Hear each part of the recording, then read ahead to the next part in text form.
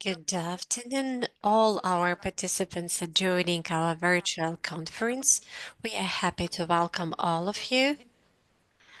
And I will start with our traditional greeting.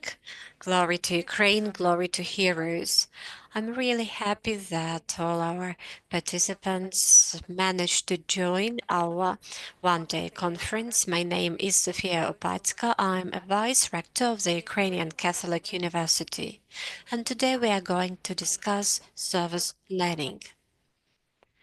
And I would like to give you a couple of guidelines, as our meeting today will be in two languages, Ukrainian and English. At the bottom of the panel, you are going to have the planet icon.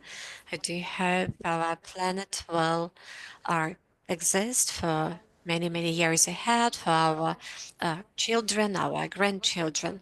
So when choosing this planet icon, you go to interpretation option, and then you will have a chance to choose either original sound or Ukrainian. So depending on the language used by the speakers, you go to this or that language. We shall have interpretation on, and we are very grateful to our interpreters as we have the participants from 24 countries. Our meeting will be divided in several parts. Definitely there will be time for lunch. This will be time for Ukraine, for Europe. Those people who join from the other parts of the world, probably it won't be lunchtime for you. For somebody it will be breakfast, for somebody it will be dinner.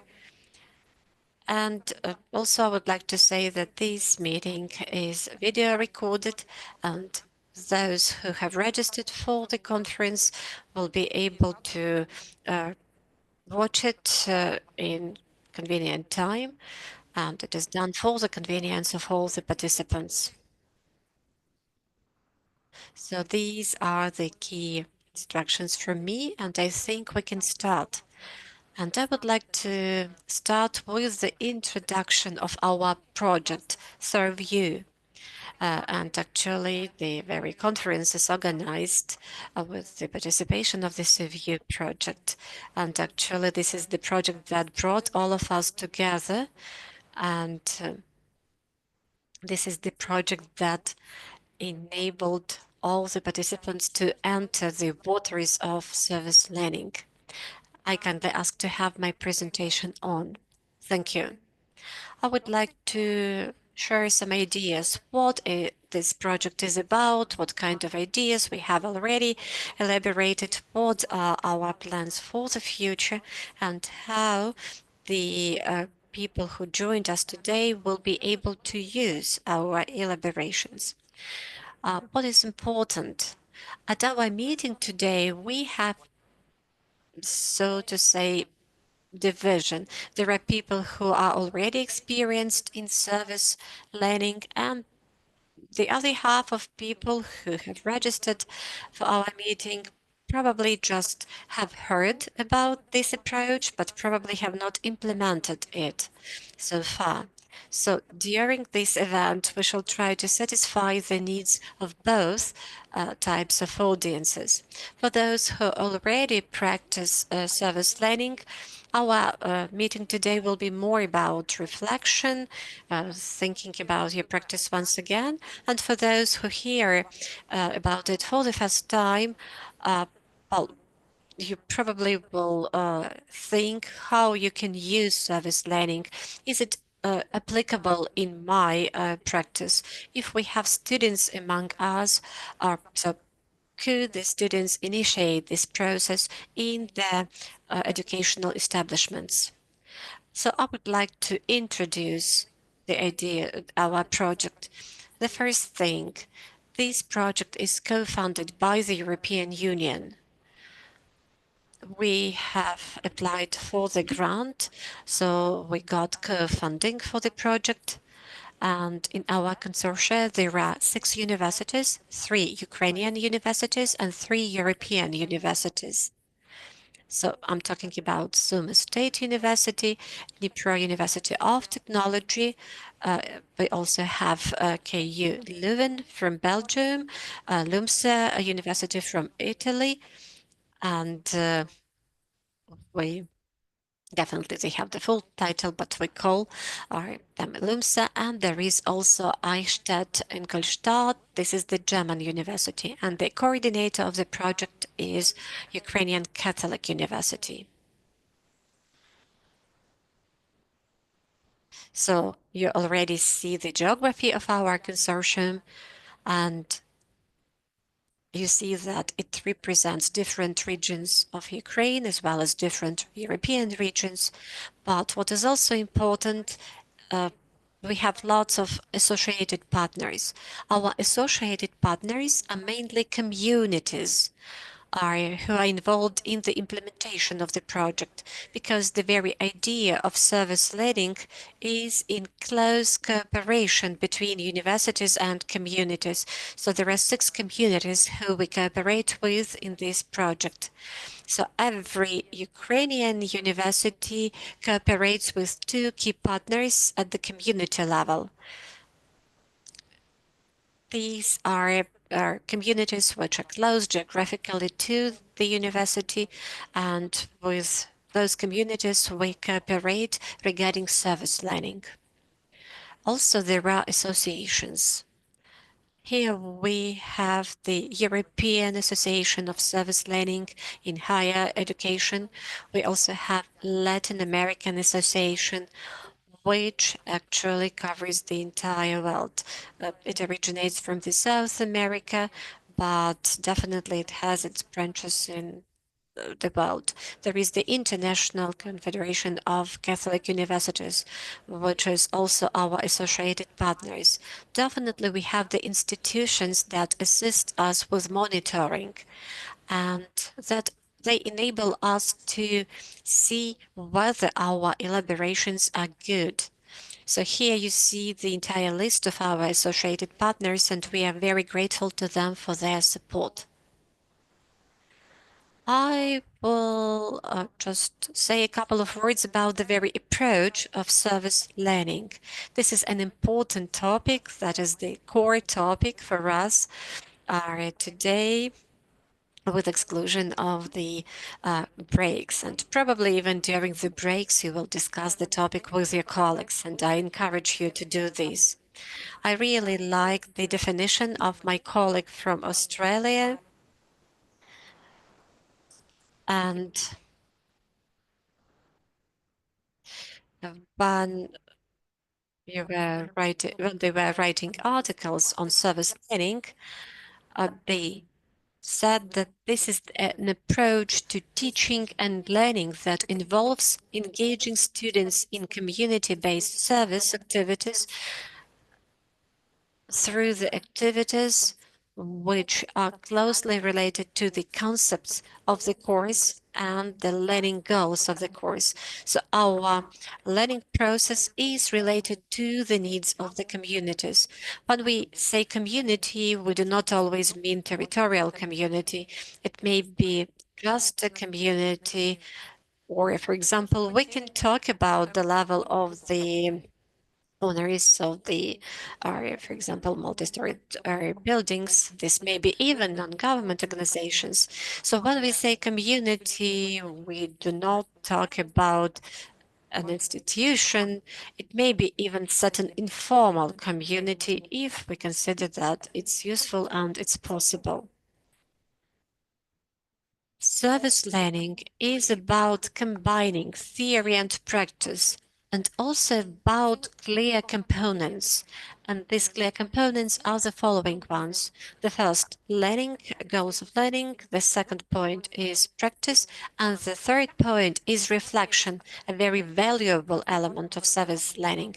And in our third section, we are going to discuss the very reflection. And generally, the entire conference will actually be closely related to reflection. What we have already managed to do. The project has been in operation for a a bit more than a year, and there was a very important part for us, that was our getting acquainted, identifying general rules, distribution of roles among all the members of the consortium, and we have already spent lots of time on certain elaborations, and one of the outcomes is the manual on service-learning pedagogy for community development driving. So you see the QR code, you can follow it and get to the website of our project. And this guideline, this manual is available at the website. You may download it and use it. And today we are going to discuss this guideline a lot. Actually, what is the content of this guideline? Because actually our agenda today is based around this guideline. We hope that this guideline will be beneficial and useful for many people. Definitely, there are the authors of this guideline. These are representatives of all 6 universities. And if you have any questions about this guideline, guidebook, about this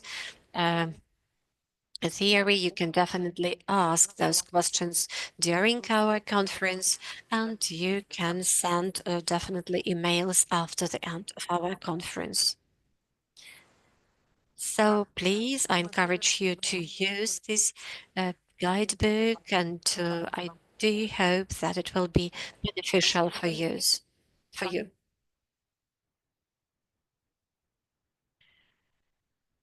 One of the stages was covered by the Catholic University Eichstätt Ingolstadt, and we were trying to test how we can organize trainings for teachers, how we can definitely talk about methodology of service learning. And as a result of our discussions, we have come up with the toolkit of the pedagogical program. Uh, and again, you see the QR code. If you follow it, you will go to the website of our project. And this is actually the toolkit, the training, the ready-made one. You can take it. You process it, you probably consult the participants of our project, and you can actually organize similar trainings in your own educational establishments. So this is also a tool you can use, and we do hope it will also be very useful for you. So it was about service-based learning, and the task of our project is to take a broader look at this methodology, considering the circumstances and context of Ukraine. But it's not only about our country, we are talking about the other countries as well. Probably the scale is different, but there are armed conflicts happening in different countries, and there are the consequences, the aftermath that should be overcome. And so these consequences may be at the level of the village, at the level of a town, at the level of the community. It means that we are trying to apply service learning in this difficult context of the war and post-war recovery. Unfortunately, the war is still going on. So we are trying to apply it to the communities. The next step we are involved in, and here the leader will be our Dnipro Technology University, is development of recommendations related to the community needs in post-war recovery period. It's not just about universities saying we have great teachers, we have great students, and we want to do something for you. It's very important for these good things to meet the needs of the community, and the community should understand its own needs, should be able to communicate these needs, cooperate with the university, and then evaluate whether those needs have been satisfied. So now we elaborate those methodological recommendations and the curriculum. So we have the guidelines, and we also have the toolkit. So we also try to have the same two documents about identifying the needs of the communities. And the moment they are ready, they will be available at our website. And another important step. Currently, we are trying to develop the online course, which will be publicly available. If you follow the QR codes, you will be able to register for this online course. That means that we plan to launch the course at the beginning of March. In case if we do not have any obstacles, it will happen in March, but definitely we should always be flexible considering the circumstances. So this online course will be for those who do not know what service learning is, or for those who would like to improve their knowledge on service learning, and for those who would like to implement this type of learning in their everyday practice. I hope that we'll be able to launch the course in the middle or at the end of March. We'll be able to complete course till the end of May. If you successfully complete the course, you will get a certificate, and our team is very much inspired by this project because it may be a very good opportunity to expand this experience and these elaborations within our project based on the experience of our country. This online course will be available in two variants, in Ukrainian and in English. This will be two separate online courses, and we actually want not only Ukrainians to be able to use this course, but educators from the entire world. And I'm not necessarily talking about the educators, the teachers, but also about people who are generally work in the area of education, probably people who work in local authorities, non-government organizations. I want this course to be beneficial for everybody. Here you have links to our pages in social media where you can find all the news about the project. I'm talking about Facebook and LinkedIn. I don't know which one is more reliable right now, so I encourage you to subscribe to both of them. Even in talking about social media, we should apply a risk-based approach. Sometimes now we have to switch between different sources of information in order to check their reliability. So I encourage you to subscribe to both social media, and I do wish all of us very good communication and interesting communication today. Dear technical team, I ask you to put slide number 2, and I would like to introduce our next speakers. These are our colleagues from Sumy. When we were planning this meeting, I was very glad that our colleagues from Sumy wanted to talk about the topic which you see in this slide, because we are going to discuss how the universities can respond to the challenges of war. And though we write the post-war education here, in our case, it is still the war education, and we know how difficult it is for our colleagues from Sumy region. We are really happy about their achievements, considering very complicated circumstances they work in. Definitely, it is more complicated for them than for us here in Lviv. And we want to state our solidarity with our colleagues. I would like to introduce Ms. Inna Shkolnik, who is a professor and first vice rector for scientific and pedagogic work in Sumy State University, and Darina Kichko, who is the student rector. She will also participate in delivering this topic. Ms. Inna, you can share your screen now, and please share your experience. How is it for you in terms of working right now? Good afternoon, dear participants of the conference. Well, it's really very exciting moment for me.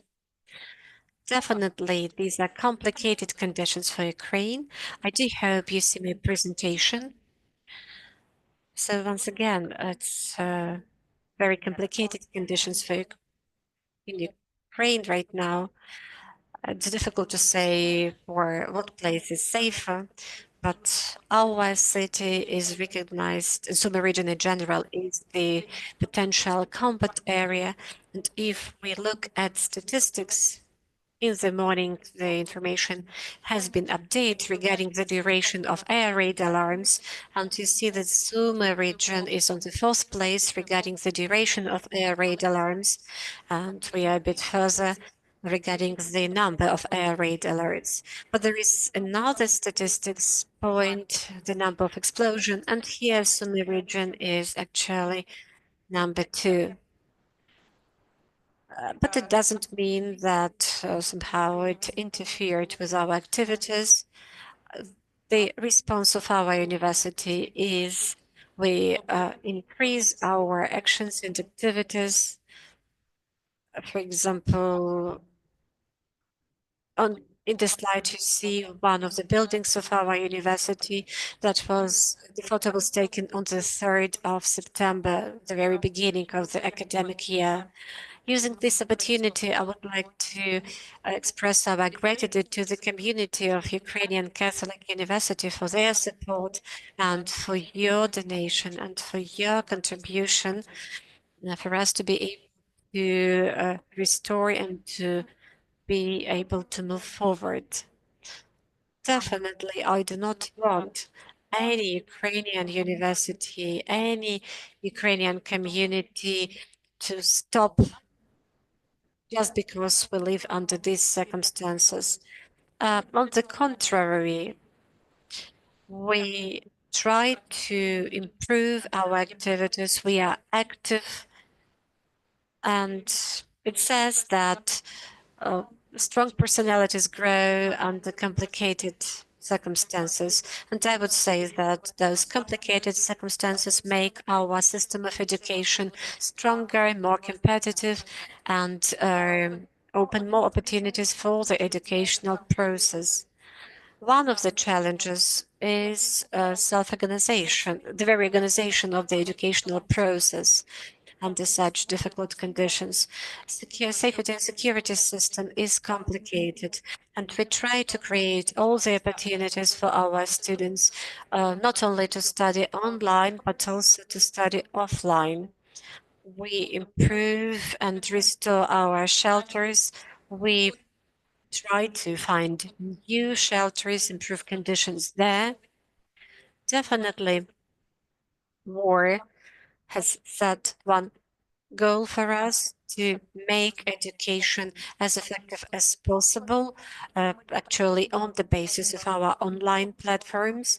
And we are very active in terms of building our own educational platform, which is called Mix. And we continue implementing both hybrid and distance learning technologies. We also made progress regarding using of international online resources and learning platforms. We were actively using the opportunities provided by Coursera. It was completed in July. There were lots of free courses, both for the teachers and students. And according to our statistics, we have more than 7,000 completed courses by our students in Coursera platform. There are also such platforms as Udemy, Labster, and Kahoot. We are still using them now. They are very open for us. They give us new opportunities, and we can use different tools available at those platforms which are interesting for our students. At the end of 2024, we also started cooperating with Theme Lab learning platforms, and this is already using virtual reality. We use the licenses provided by this platform, and I would say we are very successful. Sumy University is a classical university. We have both engineering specialties, economic ones, the humanities, medical specialties. A very big challenge is energy independence. This is not only the challenge for the universities which are close to the combat areas. This is a challenge for all the universities of Ukraine, as there are ongoing attacks on the energy infrastructure all over the territory of Ukraine. Definitely, we have backup power supply systems. Uh, we also have support of the servers and support of the online platforms that should be functioning online. And here, the key point for us was to find backup power supply systems in order to ensure online education for the students who are in different conditions, including those students who are staying abroad, to be able to work on different platforms, including mixed platform, and to effectively perform all the tasks. And with the support of charitable foundations, with the support of different funding sources, we managed to do different things. For example, we have three modern Tesla Powerwall backup power systems, and they allowed us to strengthen the continuity of work of our servers. There are also a number of projects through which we have power generators and portable power stations that allow us to be energy independent. And at the end of 2024, we started working on the new project. We have a number of projects related to Erasmus K2, but there is also Cloud Head project, Resilience to Crisis Situations, and this is based on the cloud systems, and it can improve our energy independence. As for the fundraising, we try to raise funds from different competitions, those that are done through academic cooperation lines. We are now installing the solar panels, and one of the buildings will have continuous power supply for the tuition and for our academic studies. We have stepped up the student startup activities. We've had them before, but now they're as active as ever. And I would like to quote a few examples, and that is UNIDOR, GCIP, the Regional Accelerators of Innovations, Technologies, and Innovative Startups in Sumy, region of Ukraine. Our student teams have been very proactive, and this is where we've been cooperating to benefit our communities. And another project is called DISCO, developing innovative sustainable cooperation opportunities. And we were equipped with the methodological, technical support and the equipment to support the students so that they can follow the very best practices. And also, we received additional equipment costing over 300,000 hryvnia, and these are the printers and the graphical server for the development of artificial intelligence lab for our online classes and other needs. So this has put us in a position to ramp up our capacity to continue operating effectively, but also developed the foundation for our continued activities. And clearly, the problems persisting these days are not helping the psychological well-being. We have many demands for psychological support. We have broadened the operation of our psychological service because we see an increased demand both from the students and faculty and academia. We are hiring our psychology students to uh, offer psychological support under the surveillance and supervision of our professors. We are developing new microcrediting programs, and we keep implementing the programs. They aim to support mental well-being, uh, learning to focus under stress, different techniques of psychological support to others in the context of the war. So that applies to the university and the broader community as well. So I would say this is a big positive development in response to the current situation that would help the university and the communities. We've mobilized the international support as much as we can. In 2024 alone, we added 21 new international partnerships to our portfolio. We learn how to apply academic integrity. We make ample use of the virtual international academic mobility through COIL program. Uh, Despite the limitations, um, thousands participated in academic mobility programs. So if I might put it this way, but due to the war, well, it's no thanks, of course, but since the war broke out, we came out with a project which is called Unity Initiative. And this initiative uh, has given us university that we are working very closely with. It is a Liverpool University from the UK, and we have robust cooperation with them. And it's about international academic mobility for the faculty and for the students. And they are helping us improve the operation of our library. And that is a powerful informational space, which is important for us to keep getting better. Our library caters for the needs of the university, but also caters for the needs of the community. And we are taking part in a number of different events of all specialties. And we are strengthening the third mission of the university. We're seeing a great interest coming from the communities in working with us. This interest comes in different shapes and forms. And a wonderful addition is the service learning is the perfect fit here. We can say that the university is actively implementing a project of the Renaissance Foundation to support the local communities.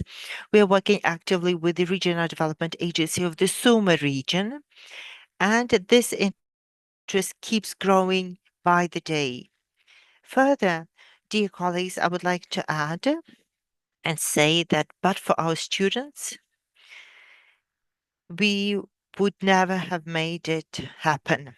Our students are very active in their studies and they're very active in different community initiatives. So I have the pleasure of giving the floor to Darina Kichko, our student rector, representing a vibrant student community.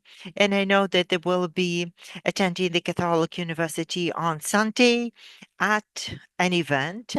They're saying they're very eager to go there. So Dear colleagues, many thanks to you. Passing the floor to Darina. Ina, thank you. We will have a few questions afterwards that we will kindly ask you to address. I'm Darina. I'm the student rector of Sumy State University, as Ina was saying, that we'll be making a trip to the Ukrainian Catholic University will be called an alliance of Ukrainian universities as the student self-governance will discuss the challenges and the opportunities, and we discuss how we can work together, how we can implement projects together. I'm not just a student rector, I'm also a student, and I was admitted on the year of the full-scale invasion 2022. Now seeing a trend that with the with time we see many students going online, which is a challenge for us, for the university, for the community, for the students, self-governance. And I would like to say that we need to socialize the young people. And this is what we try to do so that we can bring up the leaders for student self-governance, for the community leadership, and for the national leadership. I would say that the young people who are studying now in Ukraine, those studying in Sumy University, will have no fear because we've survived the first blackouts when in 2 hours you had to do a course paper and then you had 4-hour blackout following that.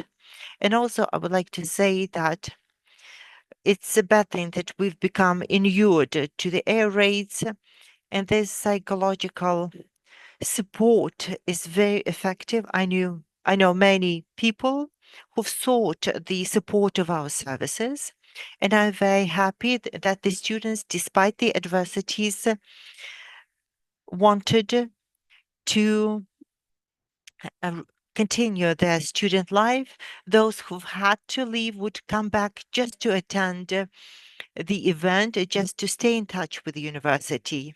And I can see a trend that the 3-4 year students are going abroad for permanent mobility. So they are applying from one university or then to another for a variety of programs. But many leave to find jobs. And this makes a challenge for the community when the students need to find jobs in Sumy because there are many businesses that are ready to hire students and work with us. And as student self-governance, we are strengthening our base of partnership with our employers, and we try to promote this type of activity. And soon we'll have a career development center. This is something we are working on, and we are very grateful to the partners who have responded, who are ready to hire students, who are ready to pitch themselves as an employer, as a business, and this is a very active strand of our activities. Now, to give you chronology, if the year 2022 became a year of blackouts for us and novel challenges, because these were the first students to take the independent school graduation test. But the year 23 was relatively quiet and we developed actively. The year 24, the start of my term, lots of plans, lots of everything. But there's this Kursk operation which had shaken us as the student self-governance in the beginning because it was very hard to convene the students. And we sought always to find the connection with the students. And I'm very happy that the first year students are very active. And despite the adversity, they have coped and adapted. And frankly speaking, it's very hard to be on the go when The machine building premises of the faculty was devastated, and that was hard on us. Not that it was devastated, but when you realize what was hit. Because I remember the 3rd of September, I remember the evening, and I perfectly remember the 2nd of September when we were working with the student deans about our inauguration planning, and the 3rd of September when I didn't mind the explosion, and I learned after the effect, and it was hard to realize that we become inured to these events. But now we've learned to respond to such events even faster, because on the 17th of November, on the Students' Day, we didn't get a nice congratulations, and we quickly responded to many students who lived in a district where so many people were killed. We uh, inaugurated the victim form, and it went viral. We raised the funds, and our colleagues reposted the video of the aftermath of the attack. We too reposted the footage of the aftermath of the effect, and the year 2024 posed a challenge for us because it was hard for us to implement our projects and develop, but it was still very productive. And despite all the challenges, I'm very proud of our self-governance, of our student community, in how active we are. We have an event of some kind every week, literally, academic panel discussions with the alumni, and we keep in active touch with the alumni because we'll be alumni one day. We need to remember our alma mater and contribute as much as we can to the development of the universities. And also, we have stepped up our external policy, and I'm very grateful to the partners of the Ukrainian Student League, the Alliance of the Ukrainian Universities, for enjoying this cooperation. And another thing I need to say in this context is that Sumy University is the biggest university in Sumy region and one of the top taxpayers in the city of Sumy. Therefore, the Sumy community has to cooperate to reach our shared aims. As the students have been leaving, we see an attrition of the young student community, and we need to retain them as much as we can for them to stay in the city. I think you said quite a lot. And the last comment, if I may, as students, we need to demonstrate that there are opportunities here, there are chances here, and there are wonderful people who are ready to help. Thank you. Thank you so much for sharing your experience. It's incredibly challenging, clearly. On the one hand, we started by talking about the limitations that we have in our life, that we overcome them, like the power cuts, the blackouts, having to study online. But on the other hand, we know that every day is an experience for us that we have to endure, and we endure these experiences, and the chance of losing anyone we love at any point in time. This is a unique experience, and we have to be mindful of it. And thank you for sharing it, because one day you can be taking classes at the university, and the auditoriums and the buildings will not be there the next day. There's a website set up by the Ministry of Education of Ukraine, and it's called safeschools.edu.ua, which keeps the statistics of the destroyed educational institutions in Ukraine, and the number keeps growing drastically. And when we reached out to our friends and donors abroad, we keep saying that our enemy isn't just after winning on the battlefield, it's after destroying the future, because you've put it very well. And you've demonstrated that the university is a link bringing the whole community together. You're one of the biggest institutions in Sumy region. Indeed, as you've been saying, your institution is one of the biggest taxpayers in the community, and that is incredibly important. Also, you mentioned the businesses. And now, if you talk to any entrepreneur, to any businessman or civil society organization, the problem number one will be finding the people. And when I see the guidelines that we have produced together as an outcome of this project, there's a section which is called Dealing with Post-War Challenges to Education, and it starts by assessing the educational losses. And we experience these educational losses daily, and that pertains to you. And that's educational infrastructure, giving psychological and physical health recovery services, adapting the curricula and teaching methods, developing a partnership between the communities and the university, strengthening cooperation. And importantly, there's international cooperation that you have mentioned and referred to, that all Ukrainian university have really felt immediately with the full-scale innovation. The third mission, developing the potential of the adults, alumni. So you have demonstrated what we need to do day by day to address these topics.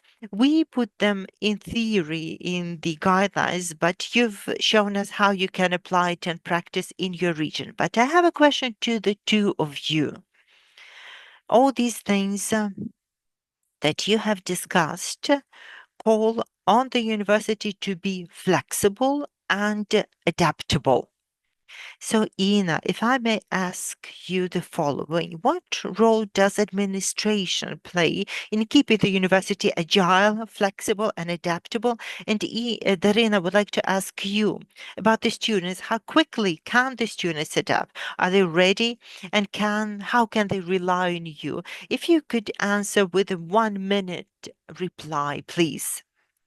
If I may begin, I'll try to be brief because I've been able to present only a fraction of what we do. There are no ready-made solutions. There are no algorithm that we could take and apply. Every time it has to be a response. So we convene some no notice meetings. The rector's office are always on call. We have a group in WhatsApp, and we can inform everyone of some developments. And we try to delegate as much as we can through the dean's offices. So there's a decree that is for the director and for the dean to decide, because they will know best what is needed at this point in time. And what are the teachers ready to, what are the students prepared to accept? Because we have a hybrid system at the university. We have those studying offline, like the medics, but it's very flexible there because it depends on the course. Other departments decide for themselves. And this delegation of decision making to the level of the institutes and departments is very helpful, and it helps us to stay flexible. And owing to our students who've been most helpful and most active, they stay in active touch with the rectors. Darina, every Monday it is a rectors meeting, the hands-on meeting, and she's informed of all the decisions made. And there's so much else I could add. That's very interesting. Shared responsibility and shared delegated powers. That's very interesting case. It's not typical for the traditional university practices. So, Darina, what can you say about the students? Speaking about adaptation. We have the student curators who play a decisive role in the student communities. We explain to the first year students everything about the universities. We induct them. There is an info box where the information is given about the dean's office, about the rector's office, because these are new terms for many students. As for the communication, we have students, deans, students units, and they receive the information and then get in touch with their dean's offices and directorates, and together they proceed. We have good partnership, so it's all well. And if the students respond quickly, uh, then the administration also responds well and we find consensus. So that's about communication. There has to be a lot of communication to make sure our universities can survive. Despite the adversity, we need to share responsibility, delegate responsibility, shoulder responsibility, and communicate broadly. Thank you for sharing your experience. Please stay strong. We know this is not a easy way. What does that mean, staying strong? But I hope you know that at least there are five other educational institutions that are there with you in partnership who will always stand prepared to support you. Two of them are in Ukraine, three foreign institutions, but please know that you can rely on us and not only through the ServU project. Thank you. And I wanted to say that, dear colleagues, our work is a welcome distraction and it helps us overcome the adversities easier than if we just stayed and focused on the diversity day and night. So we keep working.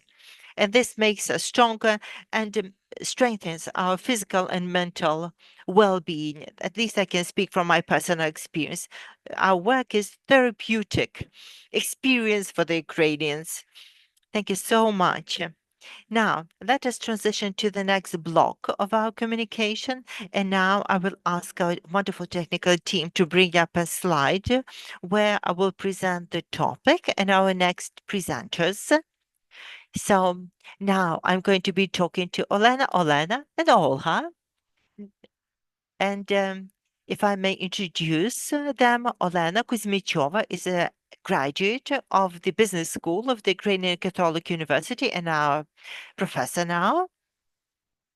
With me, I'll have Olena Kupenko, who is a doctor of pedagogical sciences, associate professor of the Department of Psychology, Political Sciences, and Sociocultural Technologies of Sumy University. And Olena represents the Sumy State University, and we will also have Olha Zamkova from the Dnipro Polytechnics. There's a full name of the polytechnics, but we just keep calling you an abridged title of Dnipro Polytechnics in a very friendly way. I hope you will allow us to. So Olhan is an associate, is PhD student who is studying electrical energetics, electrical engineering, electromechanics. We, as humanitarian university, don't have these specialties. So now I would like to ask my three colleagues to share their experience of implementing service learning in the context of war. We will all have our respective experiences. There are some elements of social learning and how has it helped you? What was the experience about, and how has it helped the students? Why we should apply this method, uh, service learning, teaching and learning in times of war. Perhaps Olena Kuzmichova would like to begin. Olena, can you hear us? Are you with us? I think I've seen you. I'm here. I've shared my presentation. Can you see it? So, greetings, everyone. My course isn't a standard one. and it's not a standard service learning project. I taught crisis management in the context of uncertainty, and our project for learning was using Russian software for accounting by the Ukrainian businesses. Let me explain what it is all about. So, the description of the program in Ukraine in 2022, when the full scale war broke out, according to the statistics, from 80 to 98% of the companies used the Russian software for accounting and keeping business record. It was an economic issue because they pay to benefit the aggressor country. It's an issue of cybersecurity because there have been cyber attacks and viruses such as Petya virus, I believe in 2016 when it was launched. And it's a multifaceted problem indeed. And it's a complex one. Let me explain how it came to happen. This program was taught at the universities because there were few people on the market who could offer other solutions, and they only know this one as accounting software, and it's big and complex. And it was very interesting for the students when there's no simple solution, and you had to consider um, what was happening.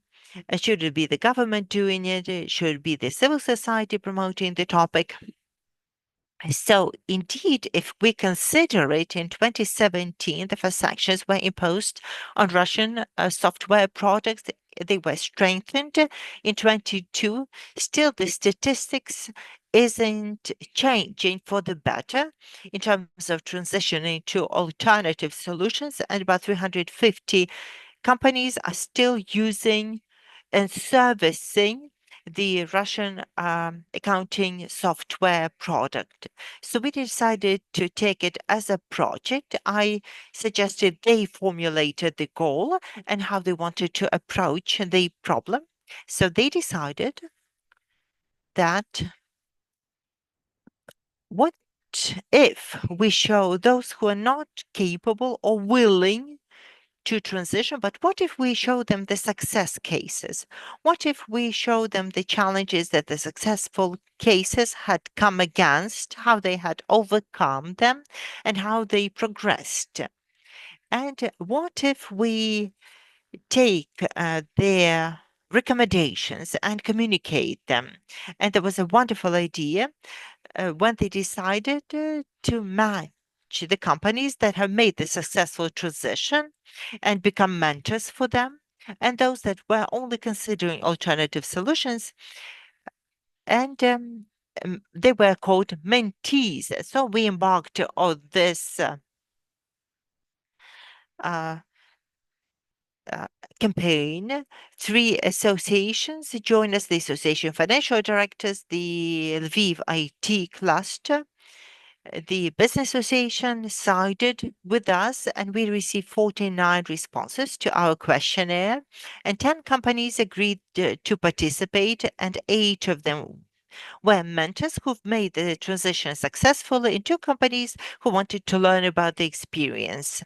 The students watched 13 interviews, and I can say that I interviewed those who filled out the forms, but they also interviewed at the university their friends, they asked their parents, so they tried to dig very deep, and I was very much impressed at how inspired they were.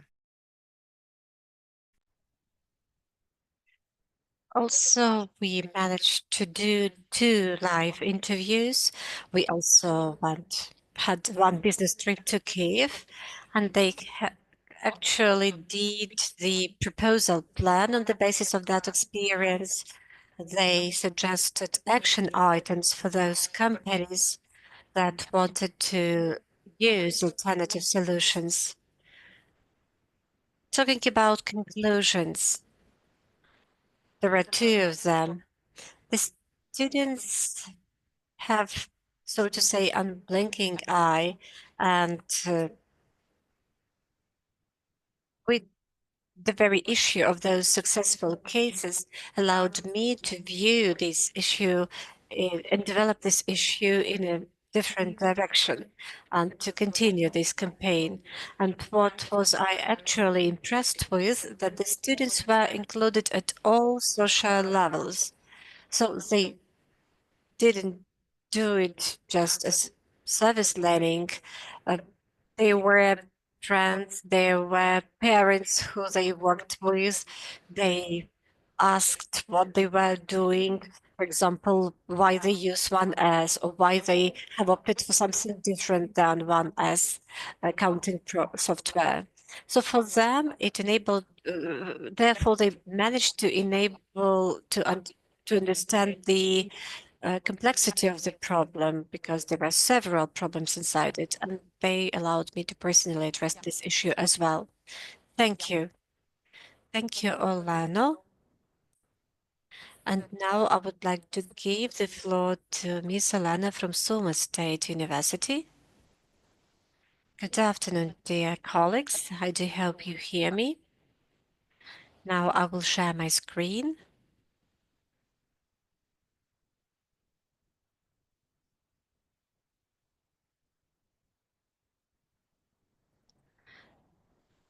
Well, while talking about service learning or socially oriented learning, I would like to view it regarding three stages of our curriculum social work.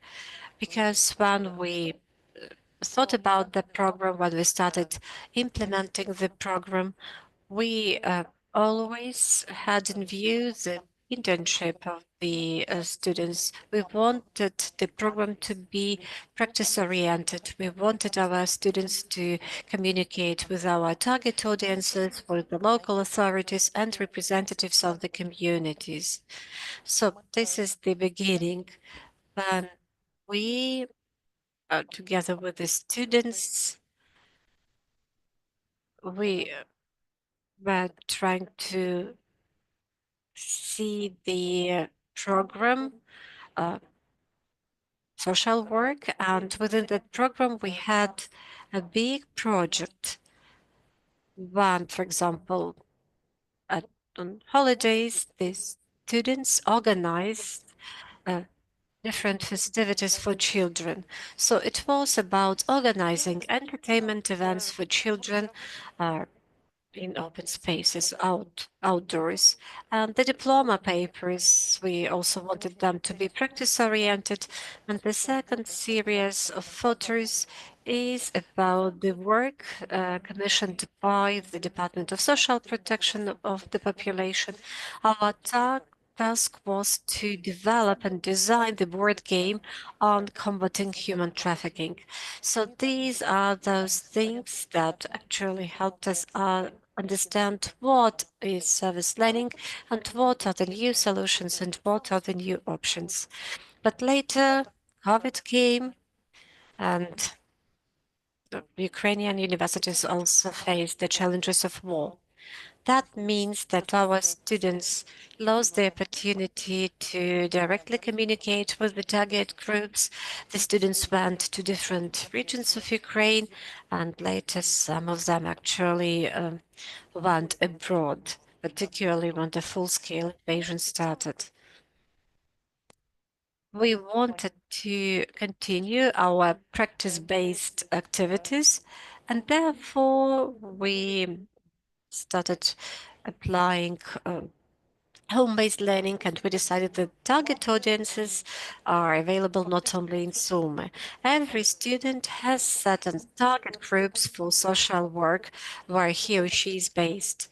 So we wanted to teach students, help those who were in their environment.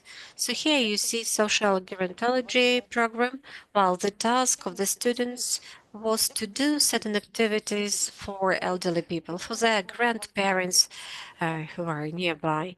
And we wanted it to be not only entertainment, we wanted to have the full cycle, identifying the needs, thinking about those needs, and developing joint activities.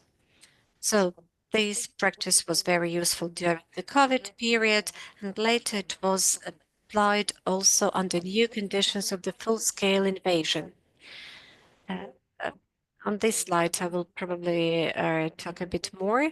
I'm talking about the year 2024, when our university joined the service learning project, and actually we started discussing these issues in details. So we also implemented projects for certain specialities, for qualification works for bachelor students, and at our methodological workshops, we discussed what actually new prospects we can have when we discuss service learning education.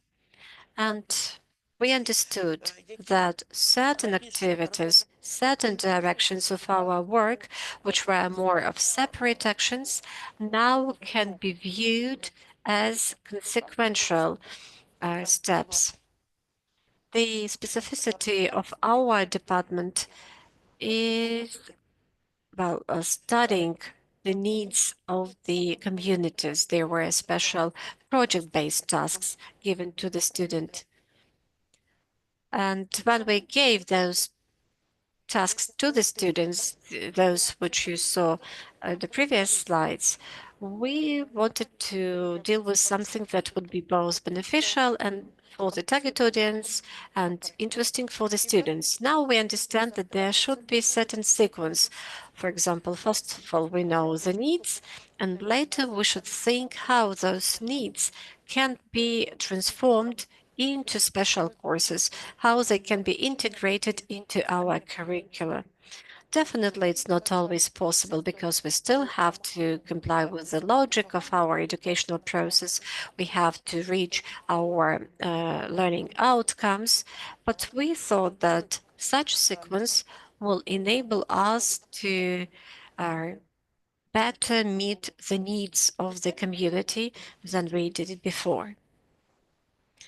And the third step in this algorithm, the third important point we have understood while discussing service learning was the point that we have to understand the contribution of the students to the development of the communities. For example, one course, social-oriented pedagogy, there was only one task, which was 15 or 20 points on a 100 scale. So the task was to organize an event about parenthood in the circle of the students. So there were 70 people covered in 5 territorial communities in Sumy region, and the students in general organized 9 events. So you can imagine this is just one discipline and just one task within this discipline. I think it's this contribution is quite significant. So that was the first part. And the second part, well, I was saying that we are not talking about the separate tasks and disciplines, but also qualification works of our bachelors. And if we take a look at their qualification works, 70% of them were actually implemented in their during the internship process. And actually, our students have been working in the organization dealing with humanitarian aid and so on and so forth. So in that point, they were meeting the needs of Sumy territorial communities. So in this academic year, we understand that this percent, 70%, will be probably even higher this year. And we think that service learning has great progress and prospects for modern education. And I think that we should also probably formalize it through trilateral agreements. The university, the students, and the community. And this will probably strengthen the participation and interest on the part of the students. Thank you for your attention. Thank you, Olena. You have provided great examples from a bit different field. Olena was talking more about business. Now we talk about social activities and social work. And now I would like to give the floor to Olga Zamkova from Dnipro Polytechnic. Olga, do you hear us? Do you hear me?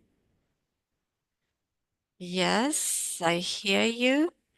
You may share your screen and you can talk about your service-based learning projects. Do you see? Do you see my presentation? And do I manage to change the slides? Yes. Good afternoon, dear colleagues, dear participants. Thank you for the opportunity to share the experience of our cooperation with territorial communities. I'm the postgraduate students on electron energy, electrotechnology, and electromechanics. My name is Olga Zamkova. In Dnipro University, we have the research base for different competencies, and we try to suggest solutions for the communities regarding understanding the life cycle of the equipment and the functioning of this equipment. And one of the examples of our cooperation with the communities was the year 2024, and certain issues have been taken into my PhD research. The goal of the project was for the community to achieve climate neutral indicators and green transition. So what we have done, we requested input data. We analyzed the functioning of heat generating equipment. Then we identified the efficiency or how this equipment is managed. We evaluated the current condition of the houses in the territory of the community. We suggested the solutions to achieve certain level of energy efficiency. We calculated the expected effect of the solutions implemented. We evaluated low carbon energy raw materials and secondary energy resources, which will enable us to implement the combined systems of energy heating in buildings. So here you see the example of such a combined system. We have photoelectric installations to ensure the capacity of heat pumps, which are responsible for heating and cooling in different seasons. So why this cooperation is so important? First of all, we are talking about new partners, and we managed to share our experience with them, and we can improve our own practical skills. It allows us to ensure self-development.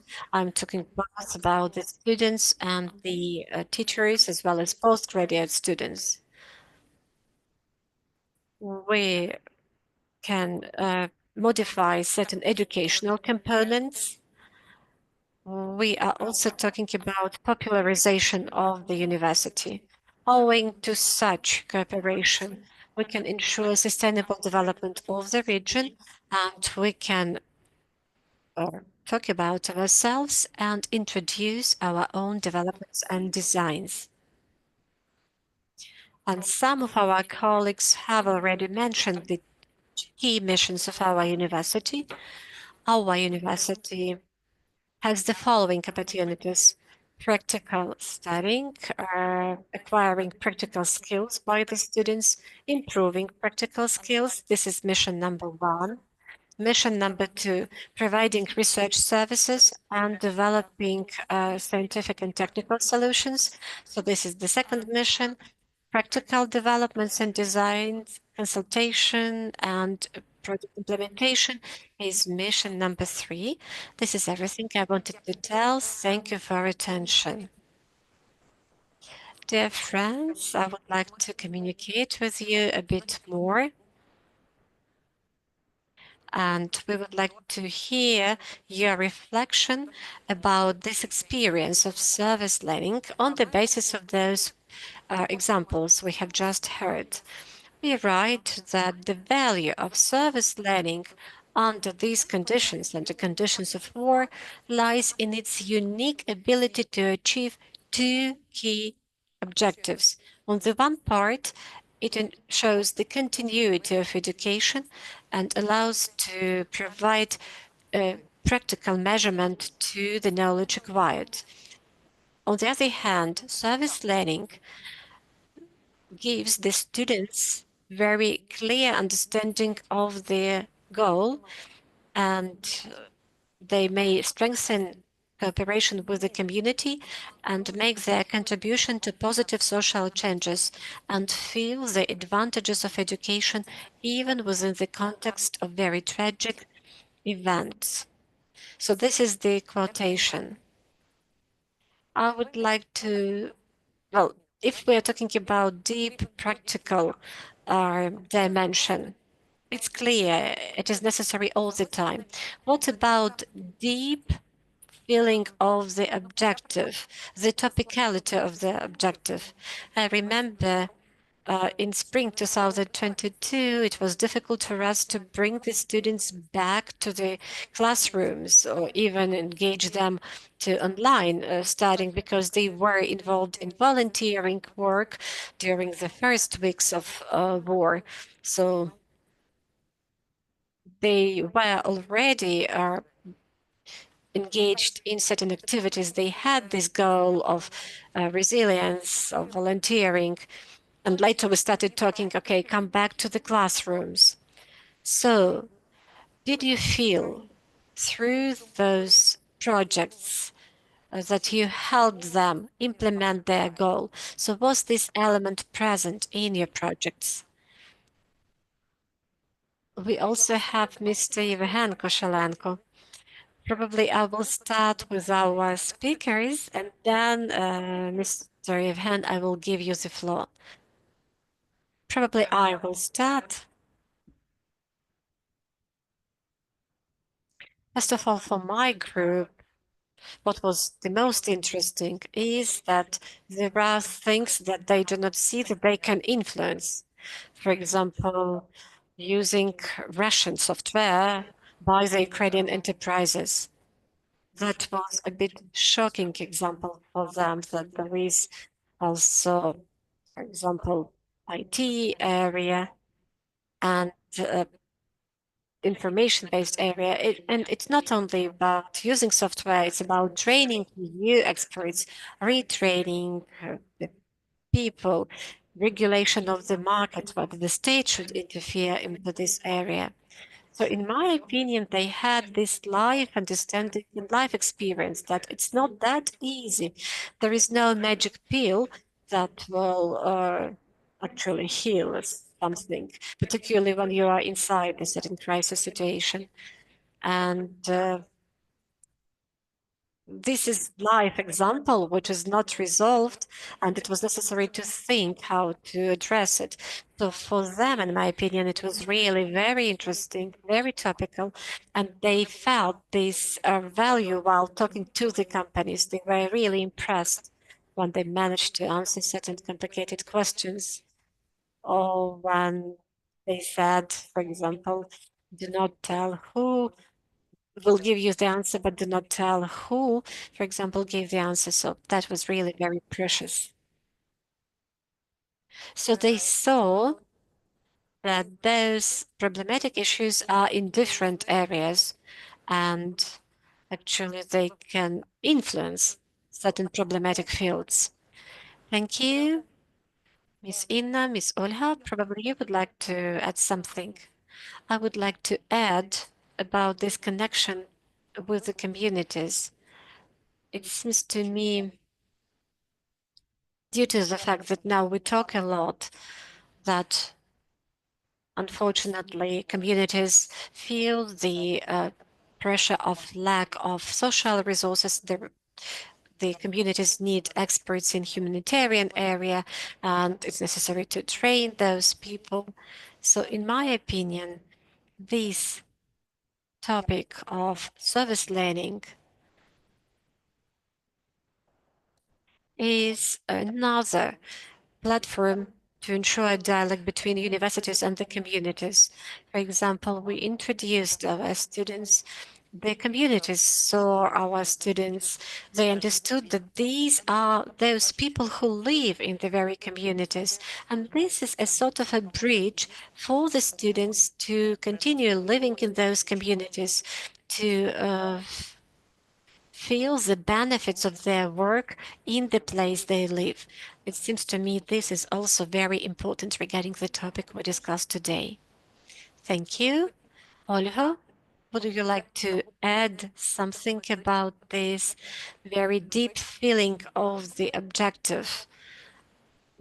Did you manage to satisfy this need among your students? Well, Lana has just stressed the importance of cooperating with the communities and the outcomes of this cooperation. We also faced the same situation. It's really important to ensure this cooperation because in future that means development not only of our region, but also of the entire country. Thank you. So it looks that service learning, service-based learning is beneficial and important not only for the students, it's not only a good tool for teachers, but also it's beneficial either for the community or for the organization they cooperate with. Or, for example, in the example provided by Olena Kuzmichova, it's good for the entire community. And sometimes, yes, there are projects where we cannot identify the ultimate beneficiary. For example, in my case, we have been working with the students, and the course was International Market and Global Markets. And for 3 years, we have been working on the goal how we can influence the companies that continue working in the Russian market, how we can push them to exit those markets, or what we can do for our supermarkets not to sell the products of such companies, because this is also the situation we see. So this will be benefit for the beneficiary, but also it will be beneficial for the very institution, for the very university. The relationship become more sustainable, more long-standing, and now when we do not have this mental space to think in long-term goals, we have now only short-term goals, the universities still keep this function and objective to think in terms of long lasting project. We have Mr. Yevhen Koshelenko. Could you please unmute yourself and say what you wanted to say? Thank you very much, dear colleagues. I'm from Dnipro Polytechnic University, the dean of one of the faculties. I was involved in the project presented by our postgraduate student. Actually, all the aspects I wanted to emphasize have already been voiced by my colleagues. And that means that we have joint benchmarks and joint guidelines and joint values. Today, we work under conditions of lack of resources, and to create prospects for our kids living in remote territorial communities that are affected by the war. So we have to create this objective of prospects. And if we do it, the kids will think about continuing living in those communities. They will get education in our universities and will come back home and will be involved in post-war recovery and sustainability projects. I also would like to add that cooperation with local self-governance and local businesses also enables us to develop educational community because we are motivated to develop our universities, our labs, our research labs in order to teach our students and to create human resources for the nearest 5 or 10 years. And by doing this, will ensure sustainability of the social development. The ultimate beneficiary is the entire society of Ukraine, and we have to create our future here and now. Thank you very much. Yevhen, you have already touched the topic. We have mentioned today lack of human resources, lack of human capital, and this is something we feel right now. And we, as universities, or not necessarily from universities, all people involved in education, in development of our society, well, we should be united in keeping that human capital on a certain level. The number of people living in Ukraine is less now, and therefore probably we should think about engaging people from abroad. So human capital is one of the topics we should address. And in order to finish this part of our conference, we have had three speakers, and we have a section in our guidebook how we can expand the opportunities of the teaching staff.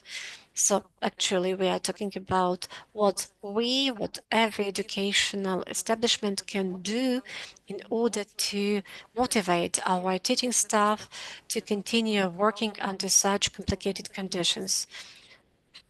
What we can do in order to engage them in service learning. And the first point is to think about the mental and motivational welfare of our teachers, promote inclusive and student-oriented methods and service-based learning. Well, service learning actually adds to the inclusivity issue. It takes our students from the bubble of their everyday communication. Very often our students say that they have never thought that this is a problem. And there was a very good example provided by Olena. The students do not always understand how they can influence certain processes, for example, how they can make the companies exit the Russian market, or, for example, how they, through their relatives, through the communication with their grandparents or parents, they already can introduce some small changes. So it's really important to show the students that they can do it. And if we promote using those inclusive methods, we as universities will become more sustainable. Promote integration of digital skills technologies. Our teachers also need it. Support the students in resolution of the conflicts related to impartiality or injustice, and promote distribution of intellectual information. And our conference is exactly about this. This is the task that we perform. Now it's 1:29 according to the Ukrainian time, and now this is a good opportunity to make a pause, to have 1 hour for ourselves. Or probably you already can share what you have heard with some of your colleagues, and we resume our conference, 1 day conference, 1 day event in an hour.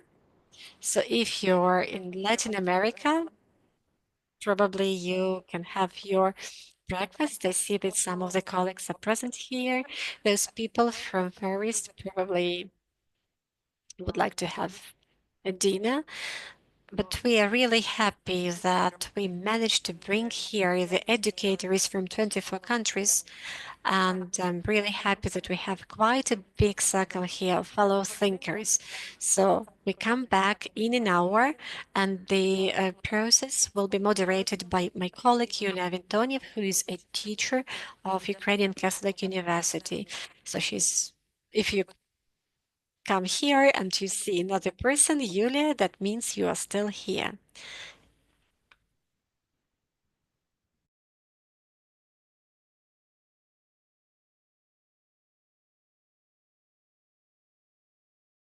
The Christ is born. Good day. I hope you've enjoyed your lunch and you're ready to proceed with us. We are doing the afternoon session, the pedagogics of the social learning for the development of the communities for the wartime and for the recovery time. My name is Yulia Vintoniev, and I assist the faculty to implement the service learning pedagogy. I'm also a instructor and I actively implement service learning pedagogy.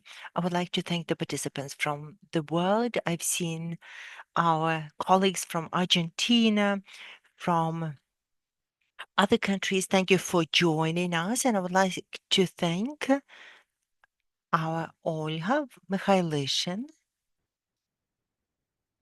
who is joining us from the Catholic University. Uh,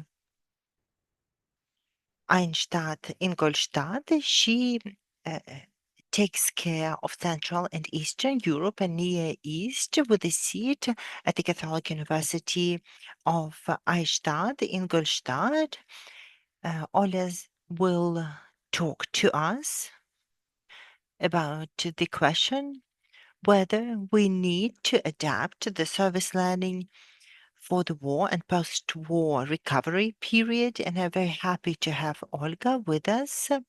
Please share your presentation now, and we are ready to hear you out. Thank you, Julia. I would like to jump at this opportunity to report in Ukrainian as it's a rare luxury for me under the project, so this is making me very happy. Very dear colleagues, I hope you can see my presentation. Everything's working. We do. It's working. So thank you. So when I was getting ready to present, I knew you would have the guidebook, you would have the materials, the toolkit, a lot of theoretic material. So I thought that instead I should speak of the words that haven't been published, that have been said, but they left a lasting impression on me. So I decided to put them down. So my theme is adapting the service learning to war and post-war conditions. And to begin with, I would like to say that when we prepared to launch the project, we had an inspirational induction conversation with Nivis Tapia, who, without an exaggeration, is one of the main apostles of the service learning. And she said, we have the methodology, we've been elaborating it for years, and we would like to promote service learning, teaching, and learning, and make it different from others. But can we be so dogmatic if we are talking about the volatile conditions of the war and post-war recovery? I really remember this phrase, and I wanted to say that the guidebooks that we presented today is an output of the first phase of our project, and it was well put in the application form as seeding phase. So we tried to structure and systematize and trial in our university with the teachers from the Ukrainian universities. I can see the colleagues from the Ukrainian universities that I've had the honor of meeting. So we are seeding, we are planting the seeds that will grow and transform into a whole harvest of wonderful and interesting projects. So why service learning during wartime? And Sophia put it very well when she cited a quote from the guidebook. The only thing for me to add is another phrase by the Ukrainian professor from the Ukrainian Catholic University that we met through a different project, not connected to this one. And when he recalled the first days and weeks of the full-scale invasion into the country, he said that our students suddenly grew up. And that really helped us better understand and reassess the higher education and its relevance for the students now and the future citizens of Ukraine that will rebuild their country.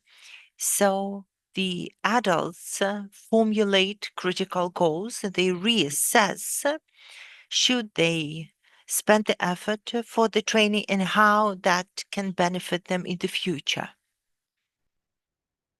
We all want to leave the tragic experience behind for us to win. We don't want to systematize it and relive it, but the war is a tragic event, but it's not that rare for mankind.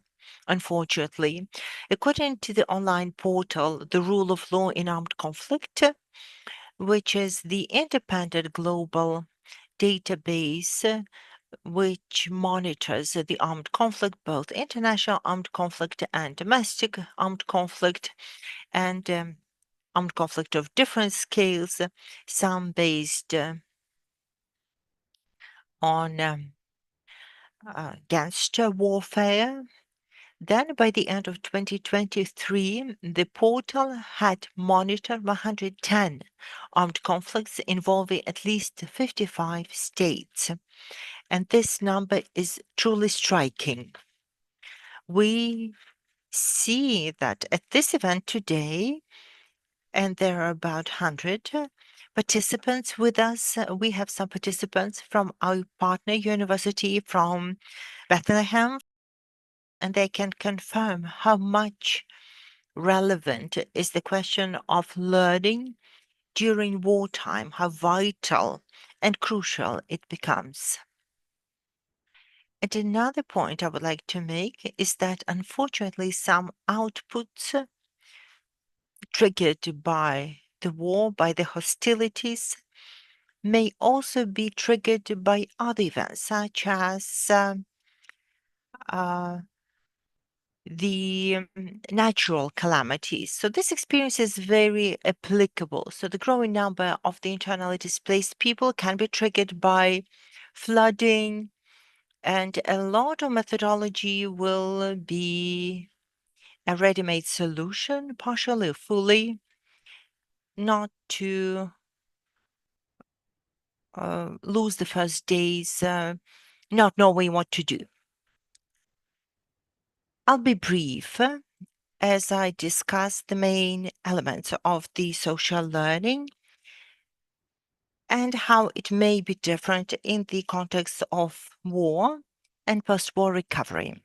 As you will see much more in the guidebook and the online course, which will be inaugurated shortly. Motivation. Much has been said about motivation. In the times of stability or pre-war times, the core motivation for the student may be taking part in a course with social learning elements was to help grow and as an individual, prepare for the future employment, to integrate better in the community. But our Ukrainian colleagues have been saying that now the service learning helps retain the students in the audience. Much has been said about motivation, so I will not belabor it. If we talk about diagnosis, Yeah, there are different ways to diagnose and how we can identify the needs of the community. And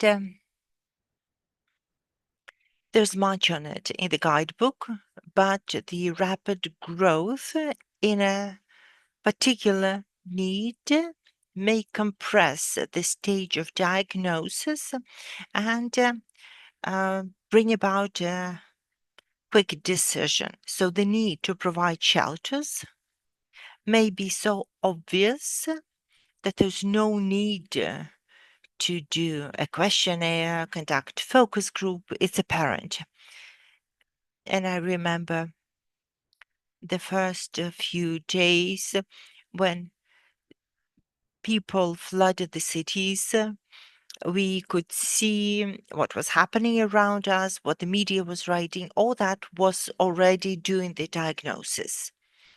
As for project design and planning, it's a tricky point because it's very hard to plan elaborately as the events unfold by the day. And surely we need to prioritize safety and security above everything else. So I've been saying, because I'm not an academic practitioner and I can say so. So I would say there's no failed service learning project as such. It's a failure if it was never tried. But if it was tried, and then through any developments that are beyond you, the need is no longer relevant. If you cannot implement it because of the threat, because of the danger, or whether you cannot reach the community in question, then this time is better spent thinking how it could be doable in another context. Is there a plan B? And that changes the paradigm altogether. It changes our outlook as we pursue projects in better times. And that brings us from design and planning to implementation.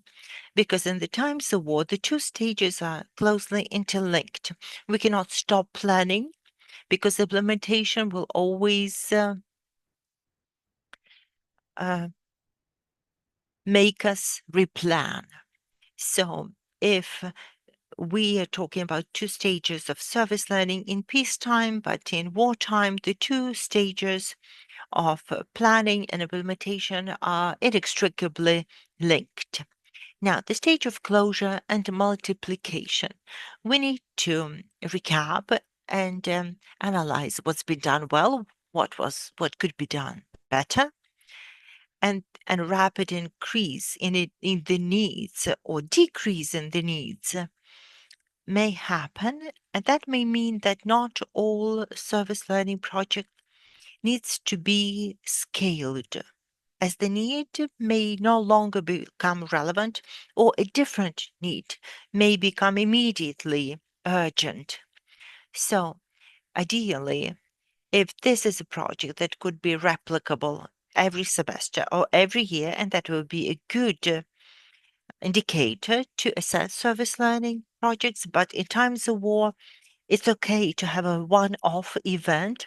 It was relevant and needed now, but the next semester, if it's not needed and if it's connected to war, then we can say, thankfully, the need is no longer there, and this is good signal.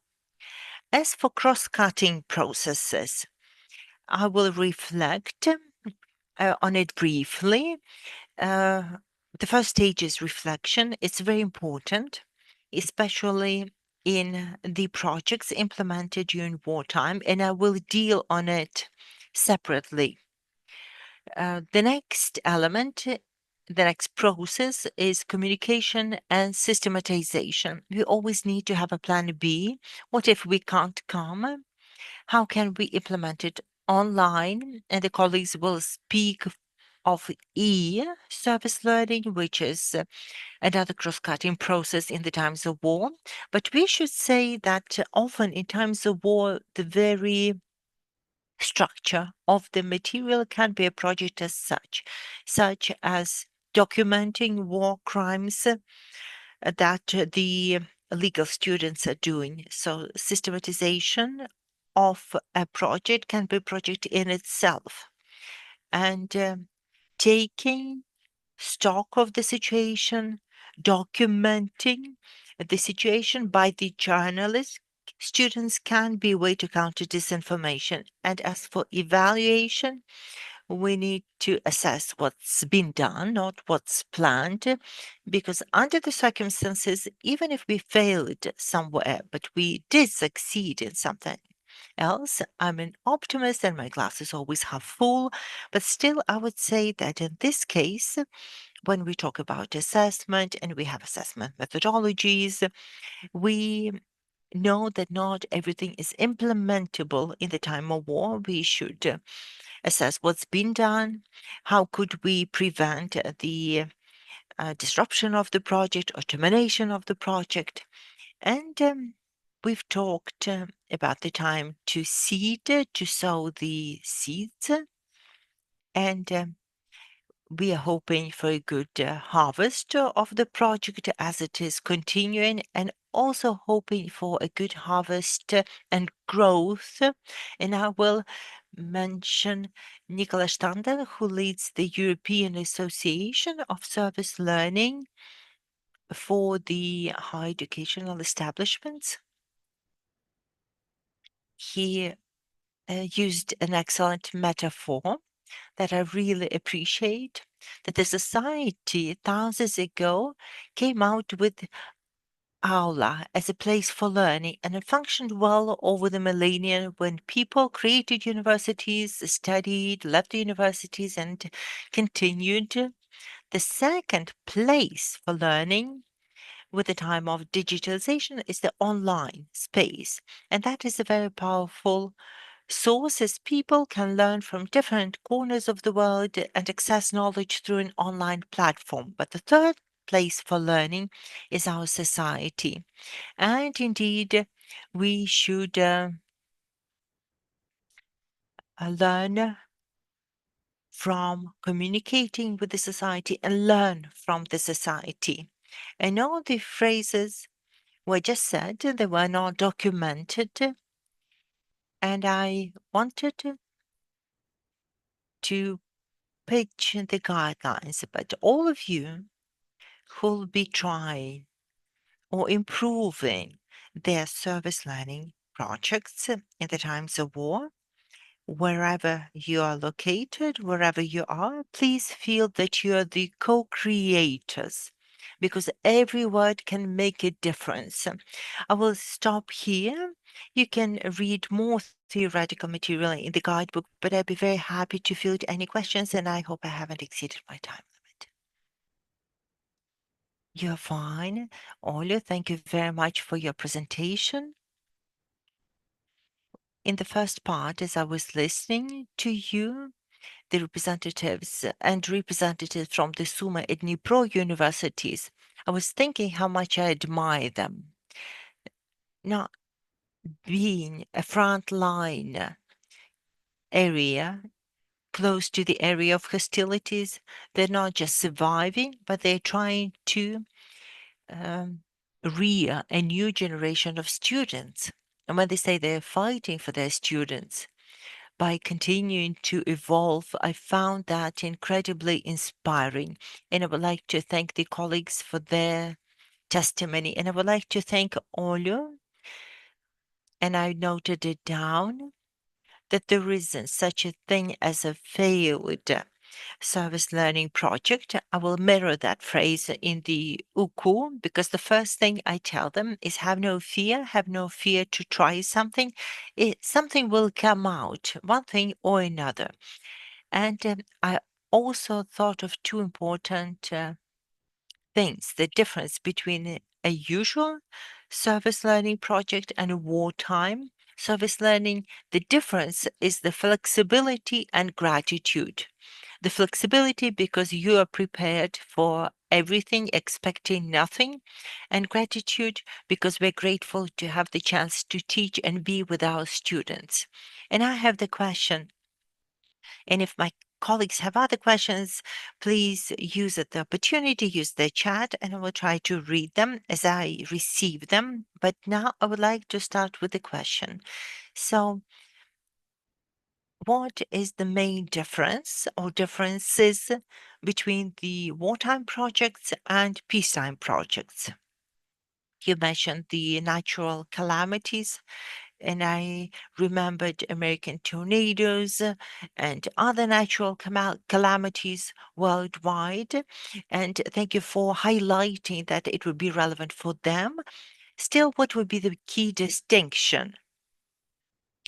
Well, Yulia, if we really look into it theoretically, there are needs, but they're different. Still, they are needs. On the other hand, we can't say it's all different. We can't say it's drastically different. And as you've been saying, we need to remain adaptable. And importantly, it may be more psychological. And I should be aware of that. It highlights if a student is a learner, then he's a person who is a son and a father and is a member of a neighborhood, some association, let's say veteran association, and this sense of belonging to a community at times of war is very marked. And everything else seemingly the same, just the needs are different. I wouldn't say there's one thing that would make it different apart from the context, the circumstances. But as for methodology, it will still be the same. It will not be reversed. The only thing we like saying dream big as a logo, and I could not add, but I would just say start with something small. If you don't start with something small, you cannot achieve big, and we should have no fear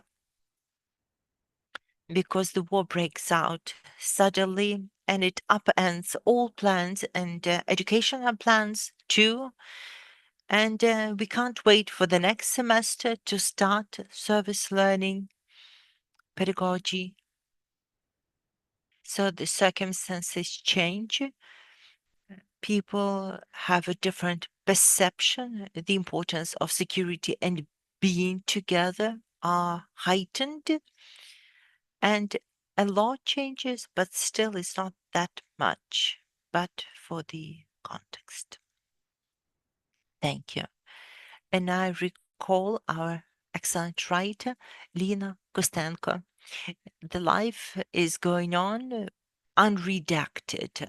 It will be as you write it, you can't redact it after the fact. This is a moment that we should catch. And that's quite feasible for us. I don't see any questions in the chat, so I will use this opportunity to pose my questions.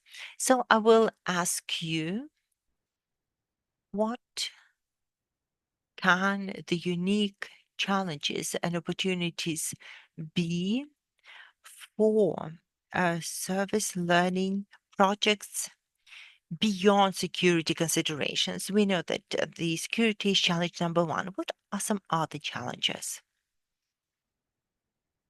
I'd say I'll consider challenges and opportunities altogether.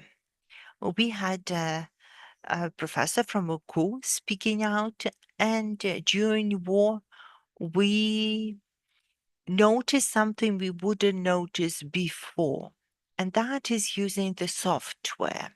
So this is the time that focuses our attention on something that we would not consider otherwise. But another challenge, and that's rather an opportunity, that the growth of vital needs does not replace the previous needs. I will try to explain. An internally displaced person will need a home, a roof, a shelter, food and water, some clothing, some security. They are vital, but that does not prevent their need to access learning, access communication, to integrate into the community, the new community, to organize their leisure time. As the colleagues from the Sumy University have been saying. So the challenge is that the vital challenges often replace what is just as important but may not seem so important then as something um, more relevant to just subsistence. So the needs multiply and often replace high needs. So this is yet another way how we can implement longer term projects if we remember that the long term needs are still there, regardless of the fact whether it happened during the war or in the peacetime. Thank you. Thank you very much. Thank you for mentioning that there are projects that come to an end, and that's a good thing because we've met the needs of the community. But the question of long-term and visionary projects is always open, and the motivation may undermine our plans. So, what would you advise the faculty who are planning a long-term implementation of the projects? So, what do they need? They need to take care of in the wartime for a longer stretch. I don't think I can give a universal piece of advice because it depends on the course or the major. If we generalize the need, I would say we need to remember to communicate with the community. The need should not be invented. The needs are there always. And if people say we need the money, they don't need the money. They need the money to do something. Perhaps you can help them do something in some other way. Um, when we talk to the communities, there's so much that we can learn. And after the immediate vital needs, they will need to plan for the future, something to stabilize, something to bring us back to a normal course of life. So, listening to the community, there is so much that we can understand what can be effective long term. Well, we have a question and questions from Miroslava. We have 2 minutes more. Olu, thank you very much for the presentation, particularly for the metaphor about seeds. I remember the training at the Einstein University, so thank you very much for this. What are the approaches to motivate the students to participate in service learning projects? Well, this is to some extent a personal question. I'm talking about motivating students.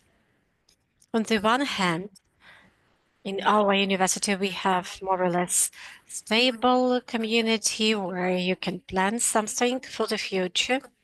The motivation is preparing them for the real life.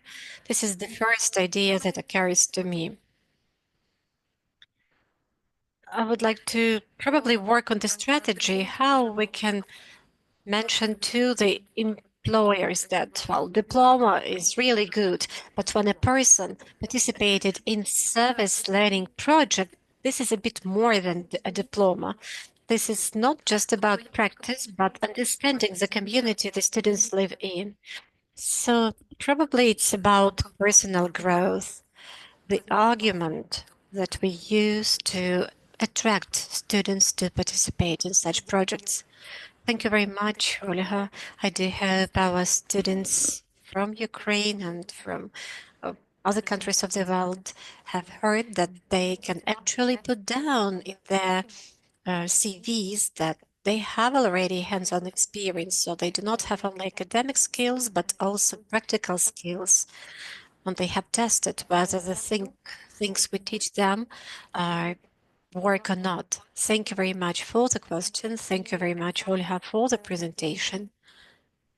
And now we get to the next presentation of our conference. And I will now start speaking English. So if you need, please change the language, use interpretation, because the next presentation will be in English. So now we move on to second presentation. And please welcome Maria Cinque, Professor of Pedagogy of Inclusion and Group Methodology at Lumsa University of Rome, and Irene Pulkasi, a postdoctoral research fellow and lecturer in service learning at Lumsa University of Rome. So I'm thrilled to hear this presentation because I don't know anything about service learning. So for me, it will be everything will be exciting. The title with their presentation will be Service Learning During Wartime and Recovery. So my colleague, if you are here, please, screen is yours. You can share your presentation with, okay, I see something happened. Okay, so thank you. First of all, I would like to express my gratitude for this opportunity to present our work on e-service learning, a topic that we believe is essential in addressing the educational and social challenges of our time. And a special thanks also goes to the opportunity to collaborate on the ServU project, which allows us to go deeper into crucial topics, particularly in the importance of e-service learning during wartime and recovery. So this presentation focuses on key aspects of e-service learning, including its definition, opportunities, design principles, and a comprehensive framework for the implementation of e-service learning. Let's start with some questions. Let's reflect on this question. So how does e-service learning differ from other methodologies in crisis context? What is the peculiarity, which is the unique, the specificity of e-service learning compared to other educational methodologies? How can e-service learning build connections between war-affected local communities and international partners? How can we balance the use of technology with the need for human interactions in distance learning? And what are the potential limitations of e-service learning in crisis context, and how can we overcome them? We hope that during this presentation, we can answer these questions. I leave the floor to my colleague, Irene. Thank you very much, Maria, for the floor. And now I can show you like a brief definition of what is e-service learning. And we had the opportunity to work on that through the service project, and you can find all this information in the guidelines that we are presenting to you. So e-service learning is a technology-enhanced educational approach, combining academic learning with social commitment. So it's the same of service learning, but is enhanced with technology. This is imply serving the community to address real-world challenges by using the academic disciplines, and also, of course, soft skills like personal, social, methodological, and digital skills in service learning that are very important. Then reflecting on the service experiences and then learning through this process. When we create e-service learning experiences, we have to consider technology on two different levels, the implementation level and the outcome level. So I can show this part, and then I move the floor again to Professor Maria Cinque. When we consider technology as an implementation level, so the technology is our learning environment. Here is very famous this distinction of different type of hybrid form of service learning because are important when the physical access is not possible and the physical content is not possible. So we can choose between different hybrid form of service learning, for example, when the service component is in person and the instructional component is online, or vice versa, or mix of partly in-person and online activities for both service and learning, and the final one that is the 100% online service learning. Regardless of which of these hybrid form of e-service learning that we choose, of course, we can work with the community on all the 4 types of services. So we can have the opportunity to do direct e-service learning activities when we actively participate in direct interaction with the partners to serve our community, of course, through technology. We can do and develop indirect service activities. So when we, for example, act for the community as a whole, but without, for example, having a direct interaction with the served community. And we can also create advocacy service activities and research-based service activity when we disseminate, we create social awareness, and we research on issues of public interest. But we have to consider another level of e-service learning, so the use of technology, when technology is for us a tool of intervention. And of course, when we think about technology as an outcome, we can include technology with different level of complexity.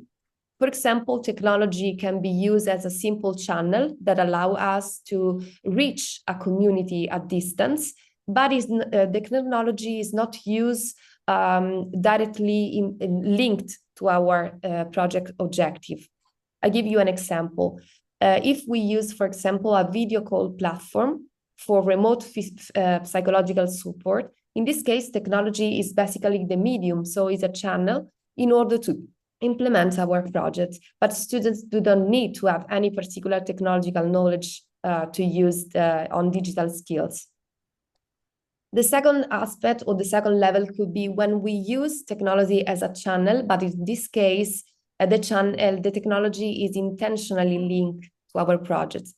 One example is when, for example, we use technology as a channel. So maybe we spread some guidelines on social media on how to recognize fake news. So technology remains the channel of e-service learning, but requires some digital knowledge from our students because they have to know how to recognize fake news on digital levels and spread it out, how to spread it on social media and do it efficiently.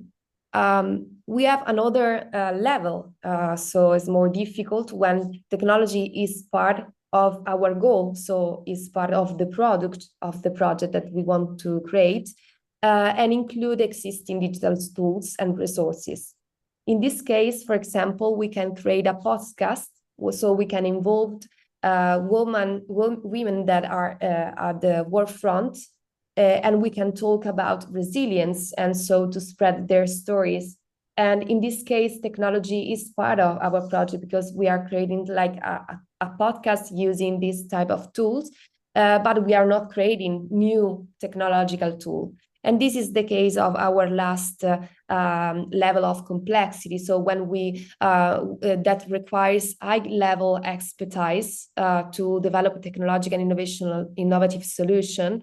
And this is the case, for example, when we use AI, maybe to create a matchmaking platforms that combines the need of community during conflict with the expertise of the university. So this is something more difficult.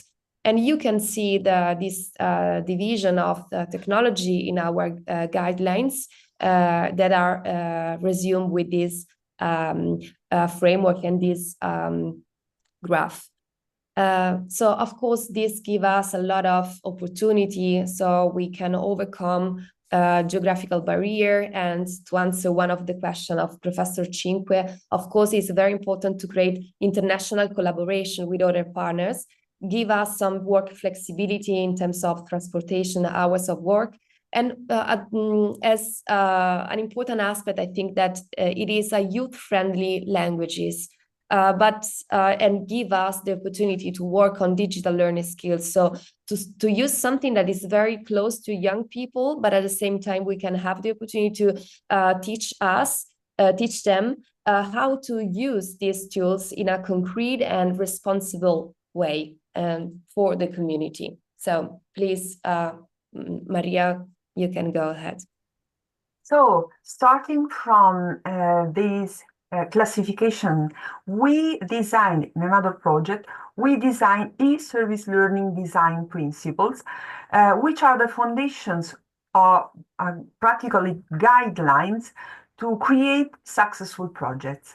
These principles guide every phase of the process, from the planning to the execution, ensuring that the projects are inclusive, impactful, and aligned with educational and community objectives. They can be divided, these guidelines, the design principle, into 4 clusters. Let's see each of them. So the first cluster, can you go ahead? Yes, is instructional design. The instructional design focuses on aligning academic and community goals, ensuring a structured and effective learning process for all participants, ensuring student centrality and autonomy, horizontal integration, connection between students and community and among themselves, and vertical integration to involve students from various studies cycles into e-service learning projects. The second cluster focuses on engagement and inclusiveness. This cluster ensures that every participant and community partner feels involved, fostering collaboration and meaningful connections. So some principles are encompass all voices, reciprocity, sensitive integration of learners' differences, partnering with communities, building community of students. The third one, digital skills and resources, emphasizes the importance of providing participants with the necessary tools and training to succeed in a digital environment. So these guidelines concern skill development, digital tools for flexible learning, technology to help, not hinder learning, technology for critical thinking, online channels for collaboration, and two-way communications. The last cluster is about impact. Impact is about achieving tangible results that address community needs, ensuring the long-term sustainability of each service learning project. So this is why the suggestion is to co-design service learning to address social needs, to design service around societal challenges, and connect learning to service. So from these, some further tips for effective e-service learning were suggested by students themselves, by the learners. So the service learning characteristics to which we should give more attention in the online dimension according to the learner's perception are offering more structured reflections opportunity, ensuring strong relationships with community partners, extending project durations to at least 1 academic year, and clearly defining both service and learning objectives. These tips help maximize engagement and impact in online settings. And then we designed the e-service learning design framework that integrates 3 core pillars. We can see it in the next slide, please, Irene. So the 3 core pillars are places, partnerships, and people. The cluster that we explained before, and then we have 4 inspiring principles. So inspire, minimizing through place-based learning, value community-wide and ecosystem participation, and empower people to gain centrality to the learning process. Of course, this is a more theoretical framework, and we can provide specific examples on how to apply these e-service learning design principles during the discussion that will follow this. We have finished our presentation, so we leave the floor to the discussion. Thanks again for this opportunity, and thanks also to the Uniservitate program, of which I'm a member of the board, because gave us the opportunity to get in touch to all the university building the ServU project. Thank you. Thank you. Thank you, Maria and Iran, for your presentation. Right now we have like these two presentations combined and give us opportunity to understand how we can do service learning on the ground and in the online fields. So thank you so much. But I don't see any question right now in the chat. So if someone have any question, please help yourself and write me a question. I will be I will do my best to read your questions. But from your presentation, I didn't hear. So you mentioned in the second slide the key limitations that you will give us a key limitation. Except electricity. If you don't have electricity, perhaps you cannot have service learning. So except this, what is the key limitation and advantages with e-service learning? So can you, how we can encourage our teachers do kind of thing like in Ukraine? Okay. One potential limitation was mentioned by Irene is the idea that we should focus only on technology. The technology might be a challenge or an objective. So the guiding principles are always education, inclusiveness, impact. So the guiding principles are the same of service learning, but sometimes, as in distance learning, people might tend to focus on the technology issues rather than on the educational issues. And this is something to avoid and a potential limitation. It's not yet a limitation, but a potential limitation of e-service learning. The focus on the e rather than on the service learning. I don't know if Another aspect, when we do e-service learning with our students, for example, when they choose to do, for example, our social awareness campaign or using the social media to spread some important concept, they feel at a very high distance with the community. So it's difficult for them to understand in which way they are creating impact, because it's not physical. So for this reason, I think that the tips that Maria suggested before also help us to understand which are the potential limitation, how we can work on them. So to create like a very strong connection with the service and learning objective in order to help students to understand what we are doing, for what reason, in which way we are impacting. And also maybe in the planning phase of service learning, when Ola before showed the different design phases of service learning, when we are in the ideation phase, so when we build the project, it's important to work with our students on try to think what are the indicators that we look for when we do the service experience. Because if we plan it in advance, when we act and we serve the community, we know how to also understand if our action are impacting the community. So we know how to observe, what to observe, and to also redesign our projects. building on what Irene was saying, we might say that one difficulty sometimes in e-service learning, not always, is exactly to identify community needs and what is community online. So to whom are we addressing our service? So the community is more widespread, and also to measure the impact and to address the real needs of the community is rather difficult. It's more difficult than a service learning. Yes, thank you. Thank you for that you mentioned this community, because it was my second how you try to figure out who is your community in this service learning.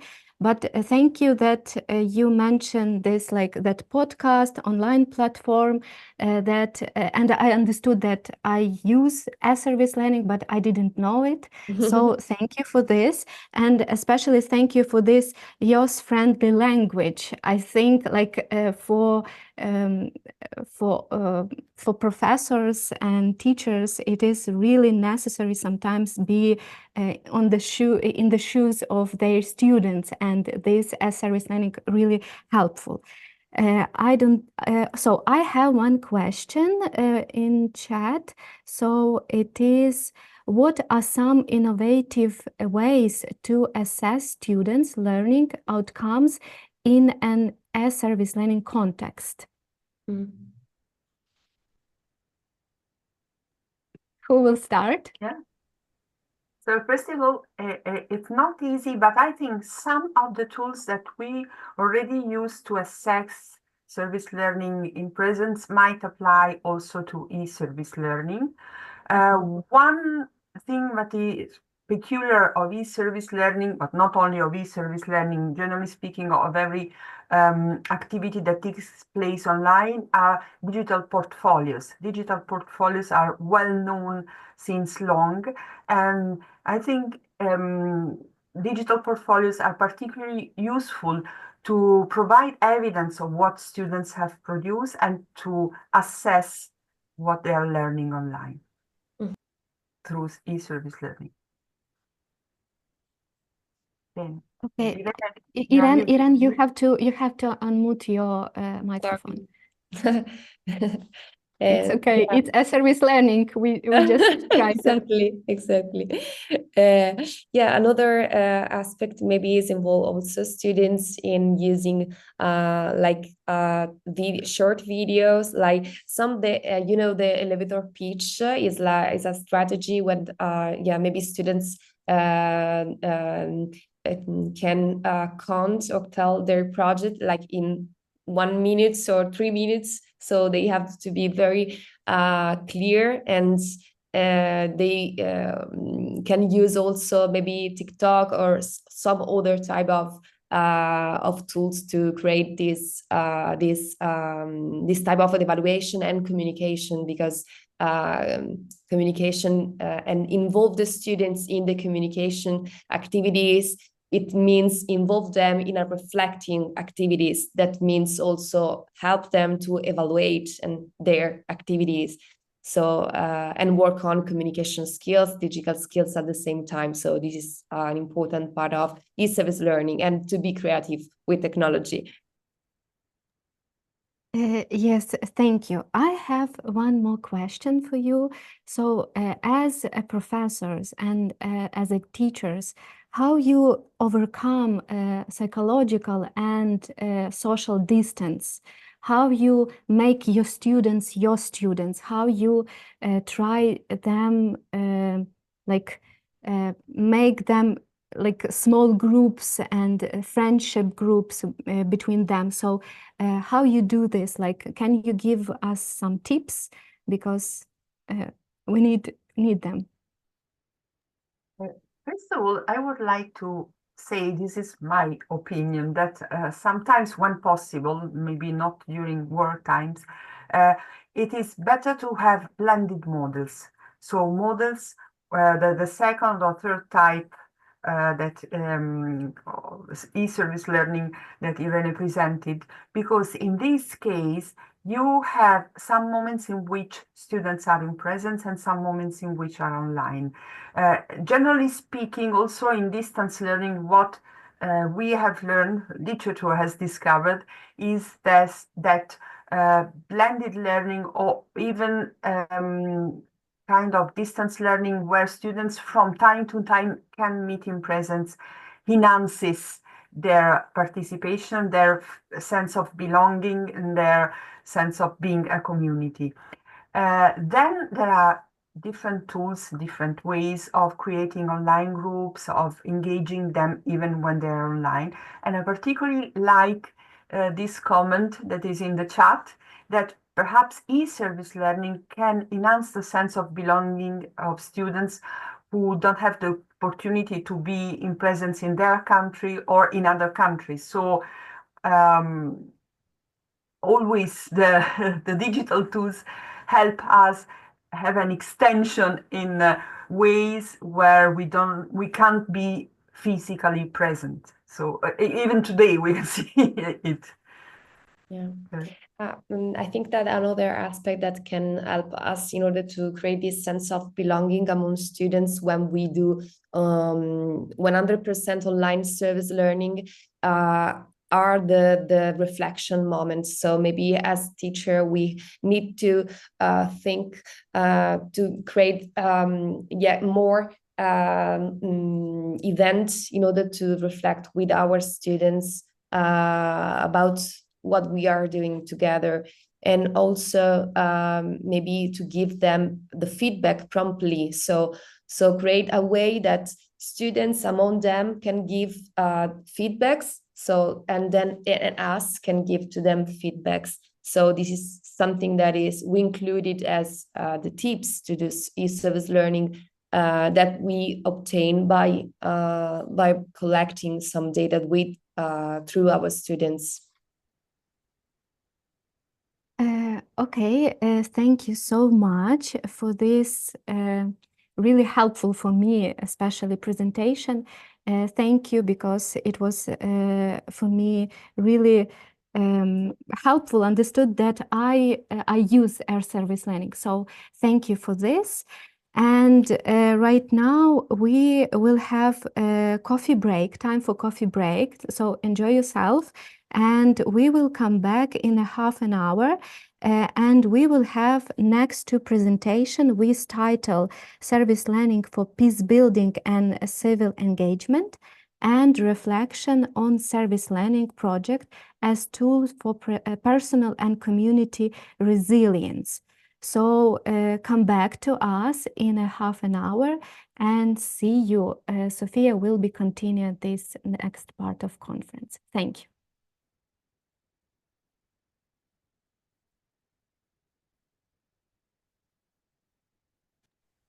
Dear participants, welcome again. And I hope you're still with us. And I really hope that those of you who had to leave us will take the benefit of the recording and will take stock of the most interesting insights presented by the 6 university colleagues, 3 Ukrainian universities and 3 European universities. All this is creating a very important joint contribution, which has evolved into close friendship and has also been rich in ideas and proposals to benefit the broader educational community. We have 1 hour remaining to address 2 key topics. And today I'll be talking and asking to do a presentation of our colleagues from the KU Leuven, the Catholic University Leuven. And the presentation will be delivered by Maristrella do Nascimento Rocha, who is a doctor who works for the Service Learning Center at the KU Leuven. And I wanted to say that the team that has been supporting us from the university is much stronger, and we highly value your team. We highly value the experience that you've been generously sharing. And I would like to ask Maristella to introduce the topic, which is equally important because it's about building peace and civic engagement, and also it has the lining of the importance of the just peace building, because all people at war dream of peace most, but we dream most of a fair peace, of a just peace. So, Maristella, over to you. Please, the floor is yours. Thank you very much. I would like to start saying that I'm very happy to participate in this project. Me and my colleagues from the KU Leuven, we have been learning a lot about service learning and about the relationship with war and conflict. And I would like to present, this is actually a section of the guidelines that's more about the whole philosophy that's guiding all the sections throughout. It's not really a practical part of it, but if teachers understand the rationality, why we choose service learning in the context of war, it is for peace building and for civic engagement, they will be able to make better projects without following blindly all the guidelines that we have written there. Because in the end, we want teachers to build their own projects themselves. So I've put this picture here from it is from a favela in Brazil. It's a place where I come from, and if you go to these places, you have a lot of criminality, a lot of weapons, it's a similar context as the context of war. But there are projects that I would call service learning projects that teach many of the young children there music and other abilities. And I think that this project shows a little bit the essence of the talk of today. So that we have a lot of problems in the world. We don't want to live in the world in the way it is now, but we can choose to fight with other weapons if we choose to form our children and to change the educational system in a way that leads us towards this different world.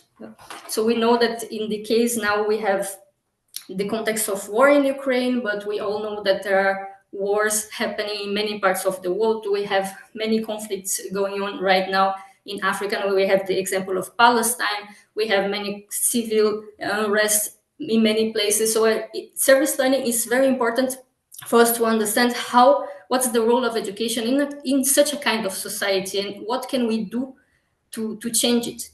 So to understand how service learning is connected to peace building and civic engagement, we need to understand the concept of dignity. So in those contexts where you have violence, you have the infringement of human rights, you have a violation actually of the dignity of the person. So what is dignity? Dignity is actually the individual intrinsic worth. So everyone, just because we are part of the human, we are just human, we are part of the human species, everyone is deserving of being worthy just because of being human. But the current educational system is not focusing so much in maintaining the dignity of everyone. There is much more focus on the economic side of it, and service learning will help us bring back this dignity. I will explain later how it will be connected. But the point is that dignity needs to be restored in every context of war and violence. We should work towards it being a universal value that will lead us to freedom, justice, and peace. It is a common ground. It's something that everyone can understand, that no human being should be considered as inferior as to be killed or to be violated in any way. So this is a kind of basic human right that should be guaranteed for everyone, but this is not happening right now in our world. We know that.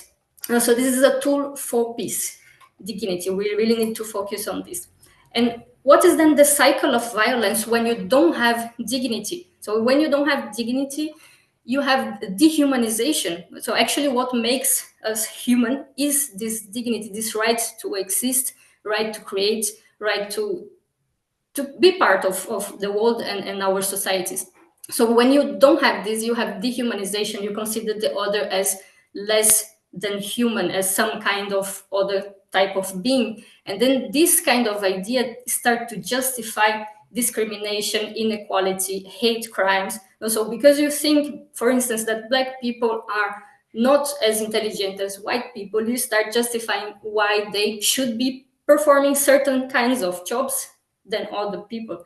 And so you start to invent lots of ideologies, and these ideologies will lead to war. So for instance, the Second World War didn't start suddenly.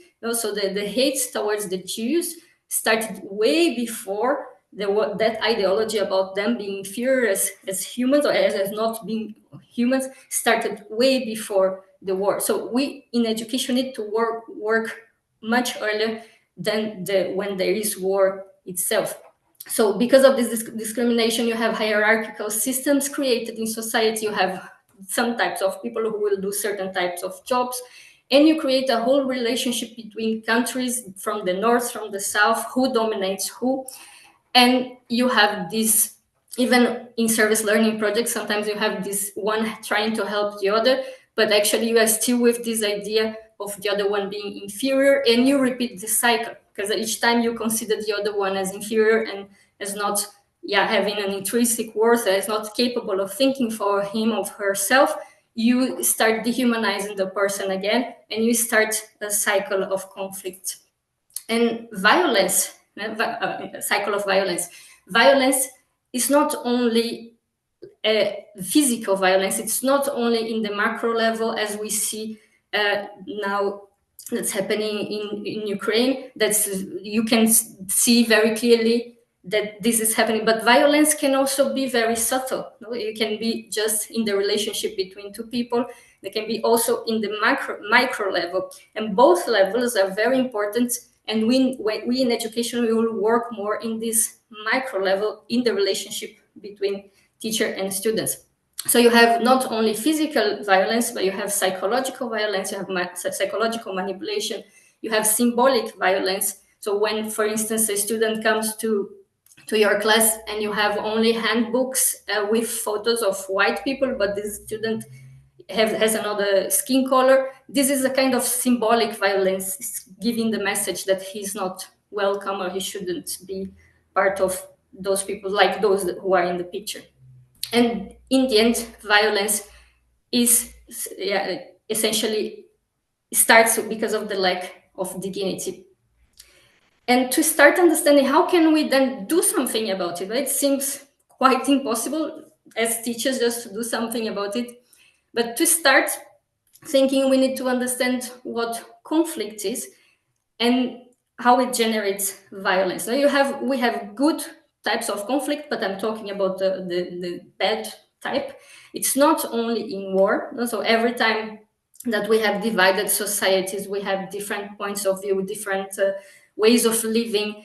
We have histories that's of oppression and domination. So we have, for instance, the history of colonization that created a division between certain groups of people. And these divisions, these ideas about the other group, about ourselves, they remain for centuries. So it's not, we should, when we are talking about war, we should not think only about the context now of war, but how it led to it. What is the history of this war, and how we came to that. And most of the time it goes to very dominant relationship between social hierarchies, and it goes until the micro level of the relationship that we have between human beings one. And so we need to understand also that conflict is not an isolated thing happening now, but it's connected to many things and to many disciplines. So you have, for instance, you have a lack of food when you have war, but you also have this destruction of buildings. You have marginalization of certain groups. And certain groups are chosen to go first, so certain groups can help themselves more. So you have a big network of things happening at the same time. So we need an education that's able to work with students in an integral way. And the education we have right now, normally the traditional education, is working in separate separated disciplines. So we need an education that's actually trying to connect everything, education that's dismantling the culture of war, living with justice, teaching the students to live with justice and compassion, promoting human rights and responsibilities, building cultural respect, living in harmony with earth, cultivating inner peace. It's a lot of things, and for that we need to overcome also the relationship teacher-students. That shouldn't be the teacher knows everything and the student doesn't know anything. In that moment, we are also dehumanizing students. Well, we need to create dialogic ways of dealing with, of teaching, so that we can also consider that the students are also capable of producing, also have knowledge. So our education needs to be rights-based, needs to consider critical citizenship, self-identity. So it's a holistic approach that will teach our students to question the status we have now, the status quo, that will challenge our social structures, and will learn to dialogue and to work towards change, and to respect other ways of thinking as well. So for that, we need an education that's for peace building, and not for only thinking about building the economy and about forming people who will work for companies, but we want students or citizens who will be able to think in a systematic way, in a structured way, will be able to understand his position in society and to understand what needs to be changed and what needs to be done in a personal level, not manipulating anyone, not being disrespectful, being respectful, learning to listen, and also in a structural level through knowledge. How can we change policies? How can we do something about it? So it's really many different levels. We really need a holistic education. This, I will go to the next because of time, but then when you go to service learning, because we have this essential quality of service learning, that's solidarity, is reciprocity between students and community, between teachers and students, and you have a consideration that they know something, the community knows something, and they share their knowledge together. They are immersed in this experience in a real context. You create the opportunity actually to have integral education, to have an education that will connect the emotional side of the students, the cognitive side, the spiritual side, even the moral side. It will connect everything together, and it will allow the student to gain capacities and skills and knowledge that are related to peace building, because you have these three dimensions of service learning. You have knowledge, you have community practice, and you have the civic engagement together. So you actually bring the student out of the classroom and put him or her in society, and in this way he can understand what's going on in the world, instead of staying isolated in one discipline, only focused on passing an exam. It's a very different approach. So service learning is actually a philosophy aimed at social justice, peace, engagement, community-based learning. It will change the methodologies as well. Instead of just the teacher speaking and the student listening, there is dialogue, there is storytelling, there is problem solving.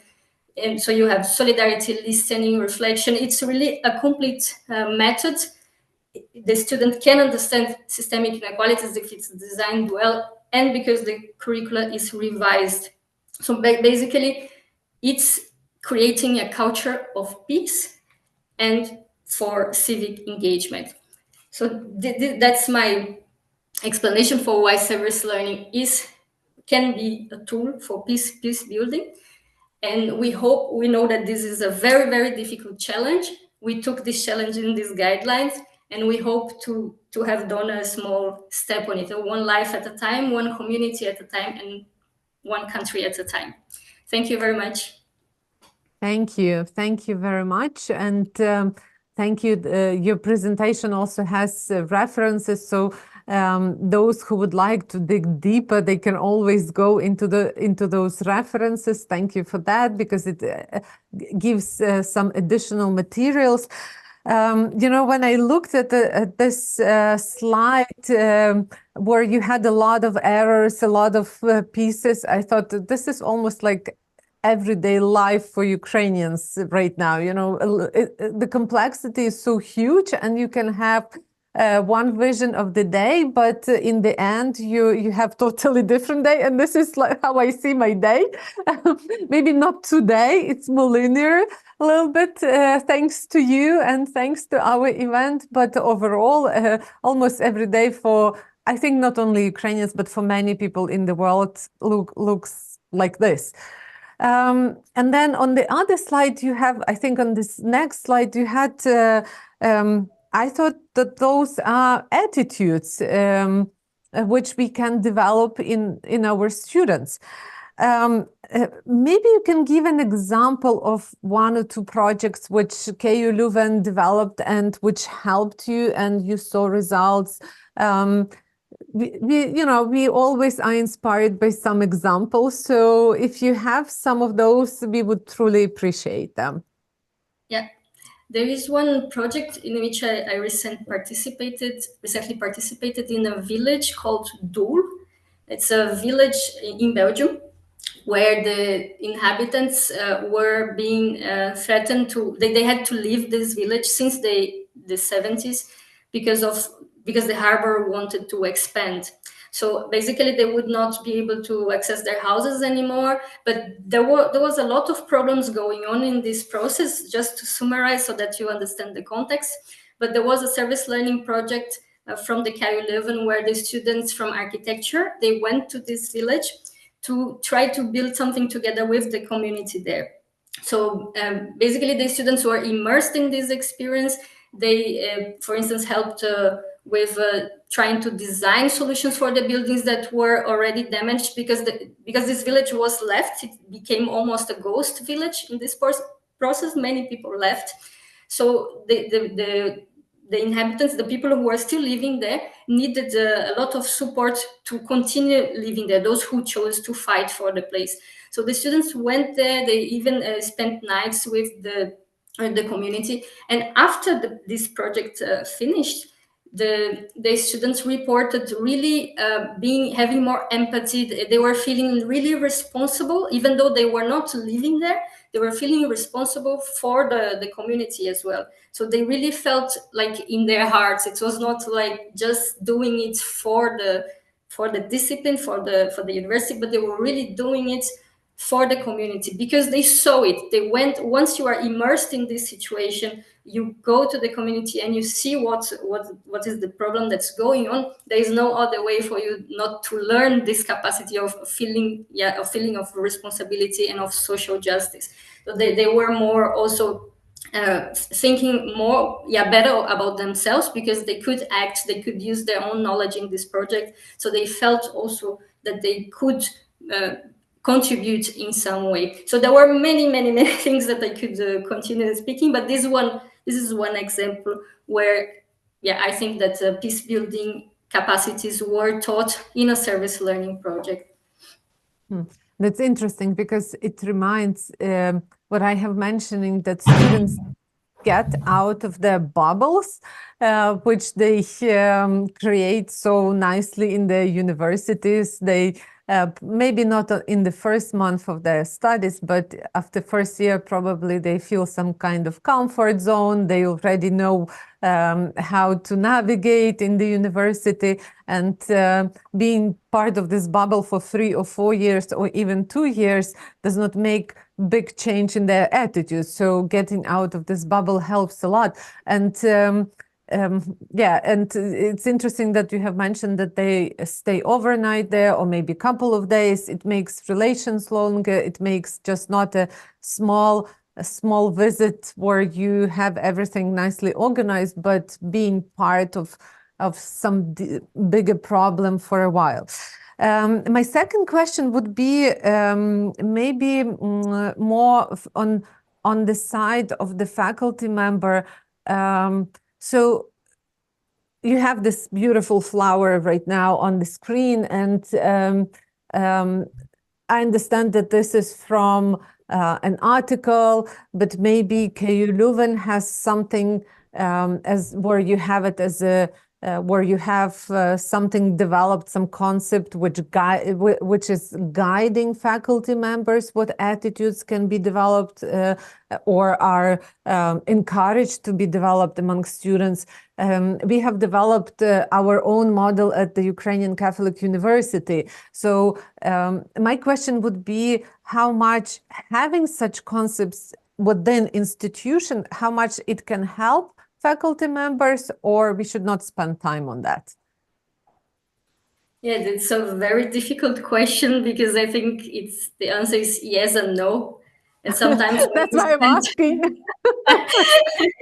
So yeah, yes, the concepts are important to give some guides. Yeah, but also on the other side, there is the risk that we spend a lot of time just saying, teachers, you need to do this. We have the definition. This is the definition of service learning. You just follow.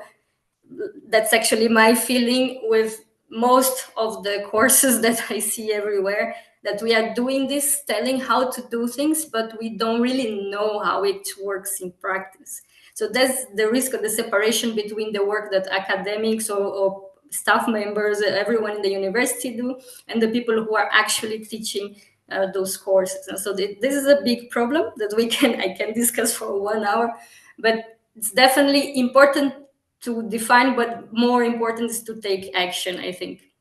And about your question about the KU Leuven, we don't have yet a model like you have. We are mostly focusing on the solidarity concept, actually, because we think that the relationship between teachers and students needs to be better. We still have it really much focused on one person speaking and the other one's listening, just like we are doing now. Nowadays, everyone is silent and we are speaking here.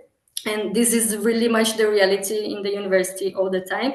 But when you go to the concept of solidarity, solidarity is trying to explain that we are part of each other. So I am part of you and you are part of me. And we should try to create dialogic and reciprocal relationships everywhere. That's the only way that we can work towards peace building. It's not only in the macro level of physical violence and bombs and war, but it really starts in the relationship one-to-one. It really starts there, and we are really, really far from that. We have a lot of emotional manipulation between teachers and students. We have a lot of arguments like, you need to do this because I asked, or because my authority is saying that you should do it.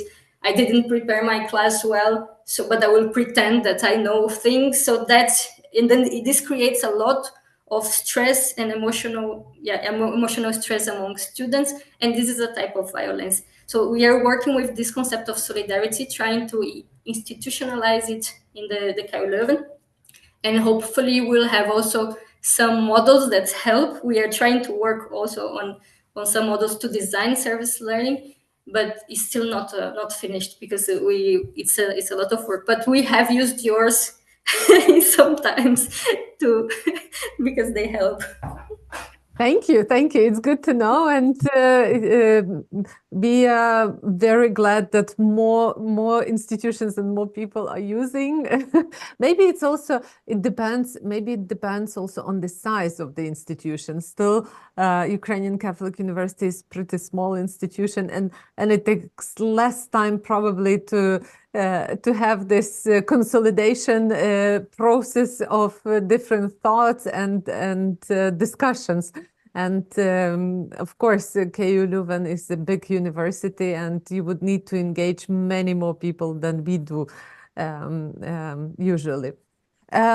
So I wanted to remind that we have participants at this event from 24 countries, and some of them had experience already with service learning. Approximately half of those people who registered for event said that they already have experience, but half of those who registered, they don't have any experience yet. and it's also an opportunity to encourage them to start. So maybe Maristella, from you, what would be how would you encourage them to start? What should be the first step? Yeah, I chose this presentation. I could choose other presentations when they have asked me. I chose this one because I think it's the most important part is to have this rationality. If you understand why you are doing your education, why you are teaching, I think you can create your own ideas. You don't need to read any guidelines to start. You really need some vision, some idea about like why I am teaching. I think if you start answering it for yourself, I think many teachers will not say I am teaching so that my students become slaves in the economy, in the knowledge economy. I don't think if there are teachers who are choosing that, maybe I don't know, but I think most teachers will have some ideal about who you want to be, which kind of society you want. I think everyone wants a peaceful society. When you start thinking this and you start reflecting on your own actions, so I don't know, if I am teaching physics, I don't know, then I have to teach this formula. Why am I teaching this? Is this connected to something? Like, if you think a lot about it, you can find, for instance, that physics is helping to build violence as well. Yeah? The construction of weapons, the construction of bombs. So it's you can then direct your discipline to another side. Let's talk about the stars instead of talking about weapons or calculating the distance of the bullet. And so I think if you first understand why you're doing what you're doing, you can start doing service learning, and then slowly you can learn more and then really build your own project where you go to the community. But the first step is understanding why and understanding your surroundings. What are the needs of your community around you? I think this will do a lot. I have one question in the chat, and though we will be switching to the next topic, I still would like to ask it. And the question is from Maria Rosa. Do you have a special recommendation on how to support universities in a war context through service learning from other universities like KU Leuven? Yeah, like how KU Leuven could support universities in wartime. That's the idea. Yeah, I think the most important is trying to work together. Like, even if we cannot be there, but that when we are all designing something as well here as well as there in Ukraine, that we try to work together to share ideas.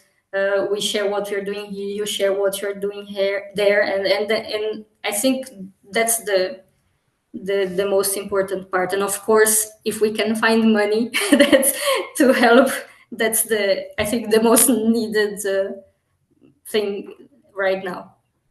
Thank you very much for your contribution, and thank you for KU Leuven for being part of this project. We truly appreciate it. And now we will move on to the last part of our program today. Last but not least, because probably that's one of the most important parts in the service learning to make the project truly service learning project. And I would like to present once again Oля Mikhailyshin. I will switch into Ukrainian now. I would like once again to introduce Olha Mikhailyshin, who represents Catholic University Einstein Ingolstadt, and we are going to discuss reflection as a key point in service learning projects. And it seems to me this is something that makes our service oriented learning from just project-based learning. How it gives you personal resilience and how it gives resilience to the community. And again, I would like to start with the quotation from our guideline. One of the first things we have written is that reflecting the experience of service learning helps the participants process the trauma and maintain participation in the educational process during the crisis times. There are a number of recommendations on reflection. We'll come back to those recommendations later. And now I would like to give the floor to Olha. Olha, please. Thank you very much, Sophia. I will share my screen. So we are going to talk about reflection, and as it is our last topic, so those who are really tired, put the like sign, and those who are not very tired so far, put the heart.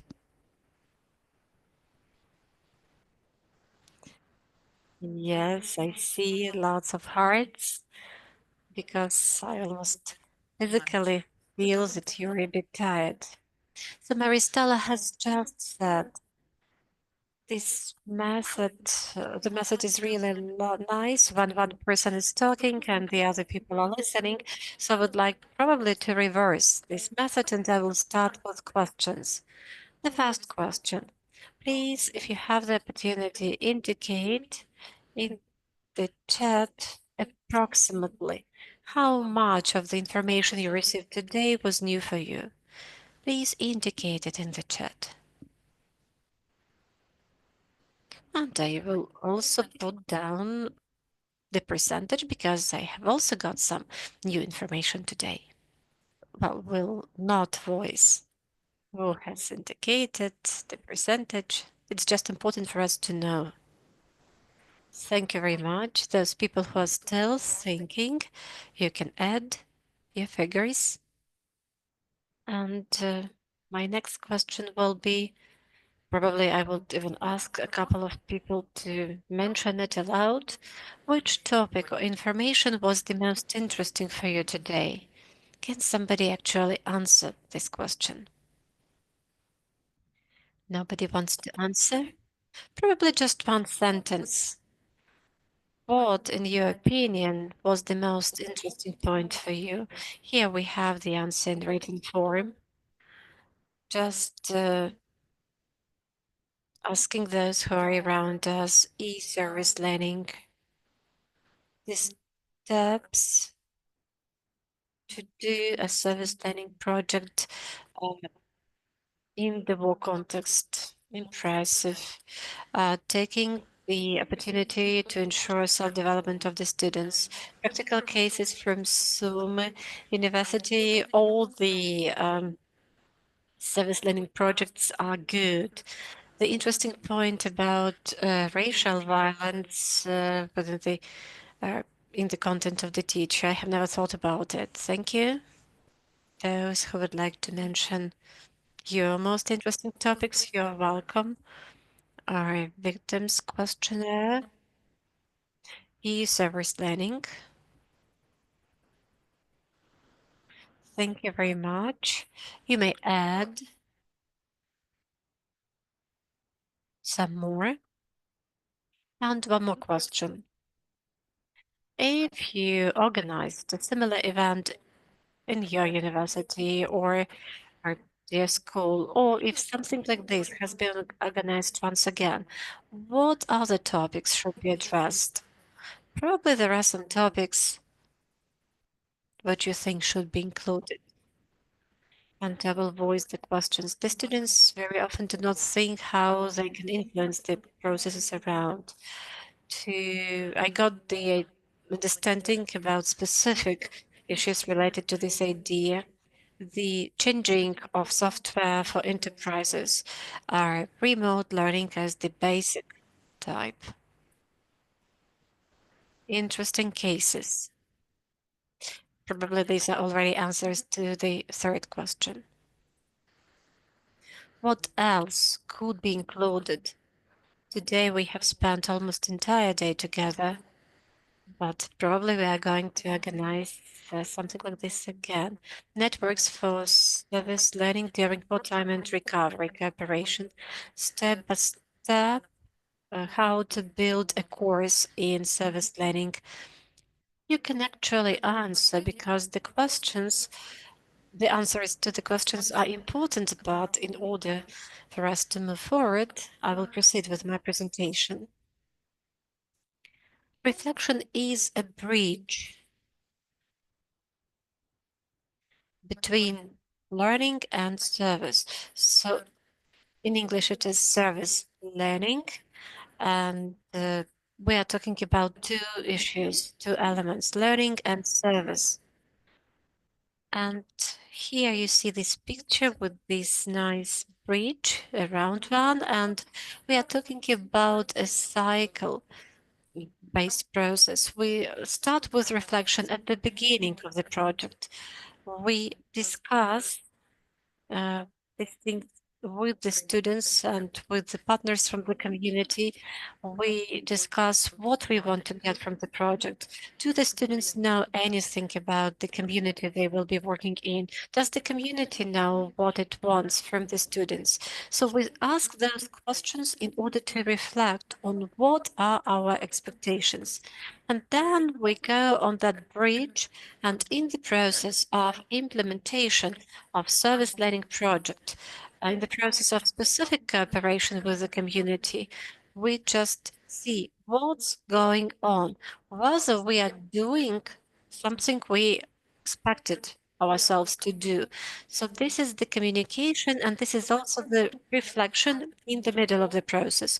At the beginning, we ask the question, what? In the process, we ask, okay, that's happening, so what's next? And at the end of the project, we ask ourselves the following questions. Have we met the goals we have set to ourselves? Have we been impressed with something? Did we manage to do what we wanted to do? And then we have to go to make the conclusion and ask a question. So what's next? Is this project replicable, or should it be modified? What should be done in order to avoid certain challenges? Or probably those challenges motivated us to do something. So the reflection makes us think what we do, how we do it, how we communicate what we do. I'm not talking about certain technical things right now, but I'm talking about interaction between people. Well, in the eyes of the students, it may sound everything was nice, we were successful, we have implemented whatever we planned, but the representatives of the community did, well, somebody came, the students came, we discussed something, and we got something.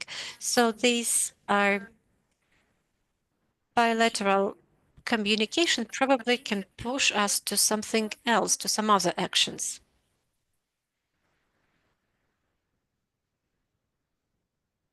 In literature, we can find the so-called 4C framework.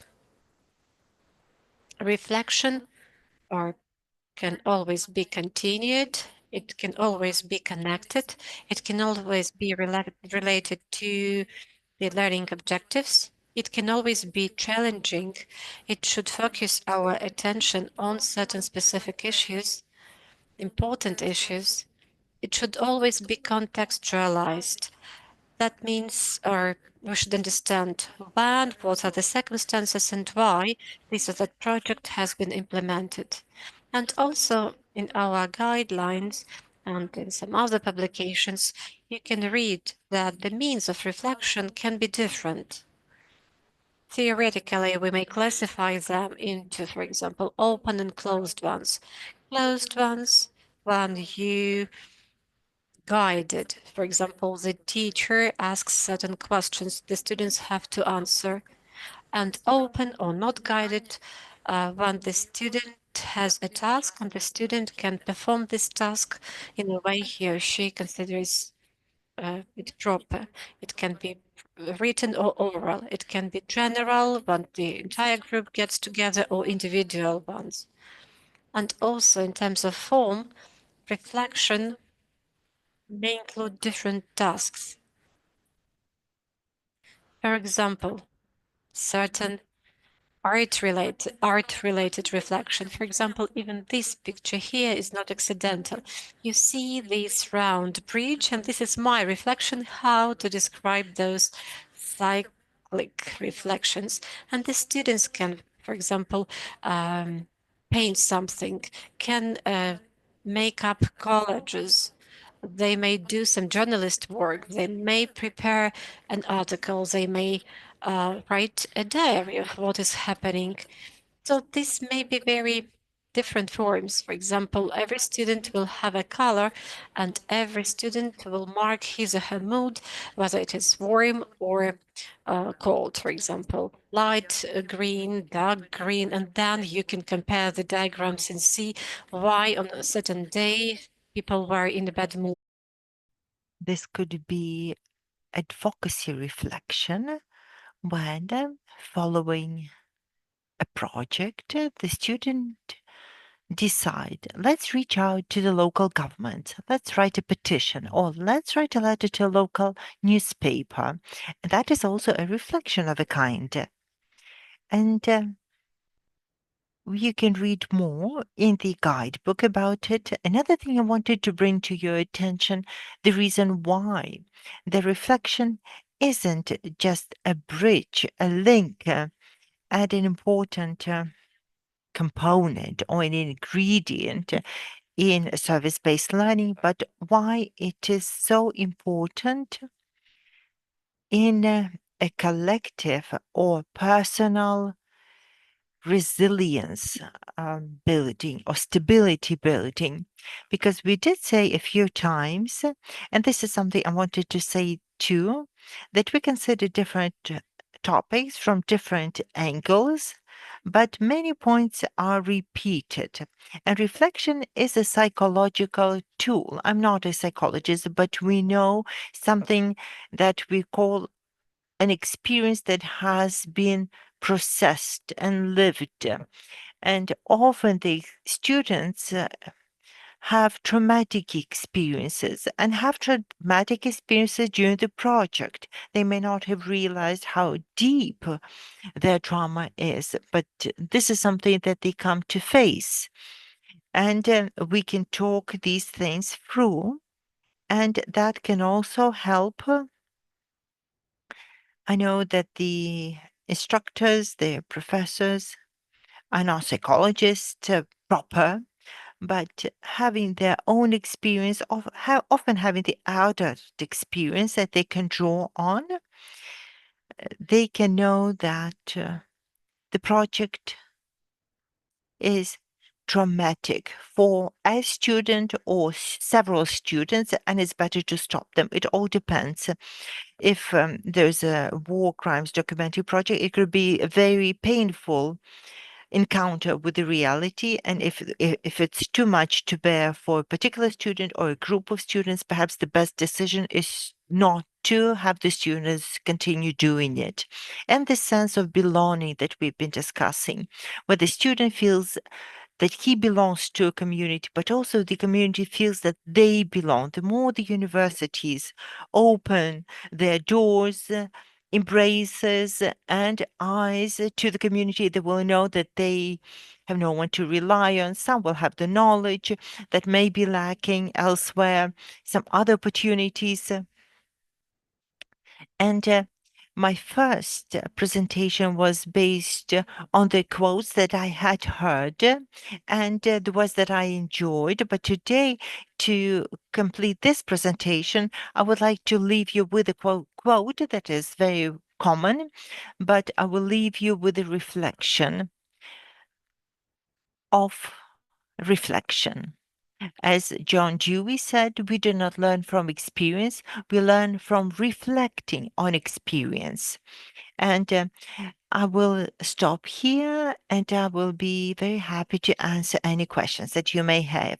And as likes and hearts and all the questions, they were manifestations of reflection. We don't really have the time to go in depth, but this was for good reason there. Thank you so much. Thank you, Oля. We have just 10 minutes remaining. So if you plan to write your questions, please write them in the chat. On my behalf, I do have a few questions that I would like to pose to Olga. So if you don't ask them, I will be asking my own and abusing my access as a moderator to the floor. So, Ola, I have this question that I would like to ask you. So recently, we had a faculty meeting, those teaching the mindset core and service-based learning, and we discussed how capable are our students of reflection. And that was interesting because some of the faculty were saying that this capacity seemed lacking in the last semester as compared to what they've seen before. There could be a variety of reasons why it's happening like it is, but is it a general trend, or is it something we are only seeing? Are there any hints you can give how we can help students be more reflective? So generally, by the end of semester, they've managed to help the student reflect and reach a normal level that they would attain in October. But this time it took them 3 or 4 months to bring the young people to the level of reflection that they had expected of them, especially self-reflection. I'd say that the context of war could not have an influence because the students are in the highly emotionally charged informational field, and it may be too demanding on them to implement a service-based learning. So definitely it's an indicator, not the problem. Perhaps the best thing to do is to choose their reflection methods where the teacher would be doing the prompting. Well, if it's questionnaire, they need to provide an answer. But if it's just having your say or analyzing something, it may be just too demanding on the student and they don't want to relive some emotional experience yet again. Thank you. We do have a question for you, and they're in the chat. So one question is from Elias from Bethlehem University, and I'll read it in English. Can we say that reflection is considered the most important core component of service learning? I wouldn't rank them in importance. It's definitely a very specific element that distinguishes service learning from other forms of social engagement, starting with volunteer movement and others, that links the education with serving the community and their country. But there could be no service learning without reflection. And it's one of the 3 core components. I wouldn't say it's the most important, but it's crucial. Without that, we cannot have service-based learning. And we have a question from Candelaria. Next, I will also read it in English. So could spirituality contribute to reflecting on the student experiences? If so, how? I will say yes, because I treat spirituality in the broader sense, and that could be linked to religions, but not necessarily. And often it is linked to the criteria that you've been discussing with Maricela, purely human qualities that we're developing, and that is spirituality too. And yes, it can help. If we're talking about the religious dimension, then this spiritual mentoring is very important. If it's a non-religious context, then just humanistically, one way or another, reflection helps us humanize ourselves, if I may say so. I'm not sure, but I hope you will understand what I'm trying to say. And on the other hand, this too will help us, because there's always an ethical component in reflection. And if there's an ethical dilemma, then our spirituality, our outlook will affect the way we reflect on a question. Thank you. We have another question from Marcus from Germany. Very well. Very good to see you, Marcus. He represents the institution, which is an associated partner for this project. And the question is, how much time should be devoted to reflection within a service learning project? It's a very German way to give a percentage, but I don't think this is something we can measure well in some very clear units of measurement. We should only reflect before, during, and after. And the feedback will guide us to know how much we need to discuss these questions. How is the project ongoing? What are the dilemma? What are the challenges that will provoke and dictate how much time we should give to reflection? And if I may share my experience, once one of my reflection was when we completed a practical course. It wasn't very rigidly structured. It was an open reflection, and I've learned so much about my students. We had a joint class together with the American students, and the project that we were implementing, this joint class, the questions that they asked and they were asked by their peers from the States, prompted them to share some personal stories or their personal emotions that they were prepared for at the end of the course. And on the one hand, we can allocate some time, but when your students are prepared to share and are prepared to talk amongst each other, then you should give them the time and give them more time if that is warranted. And yet, I would like to say that in our guidebook, we have reflection in action, reflection over action, and reflection for action. So the reflection can be different too, in different shapes and forms, and we can structure it as well.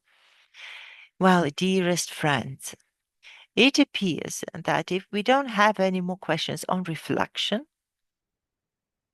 I will thank Ola and ask Christian, who isn't here, who actively contributed to the reflection topic and is working for our online course with that.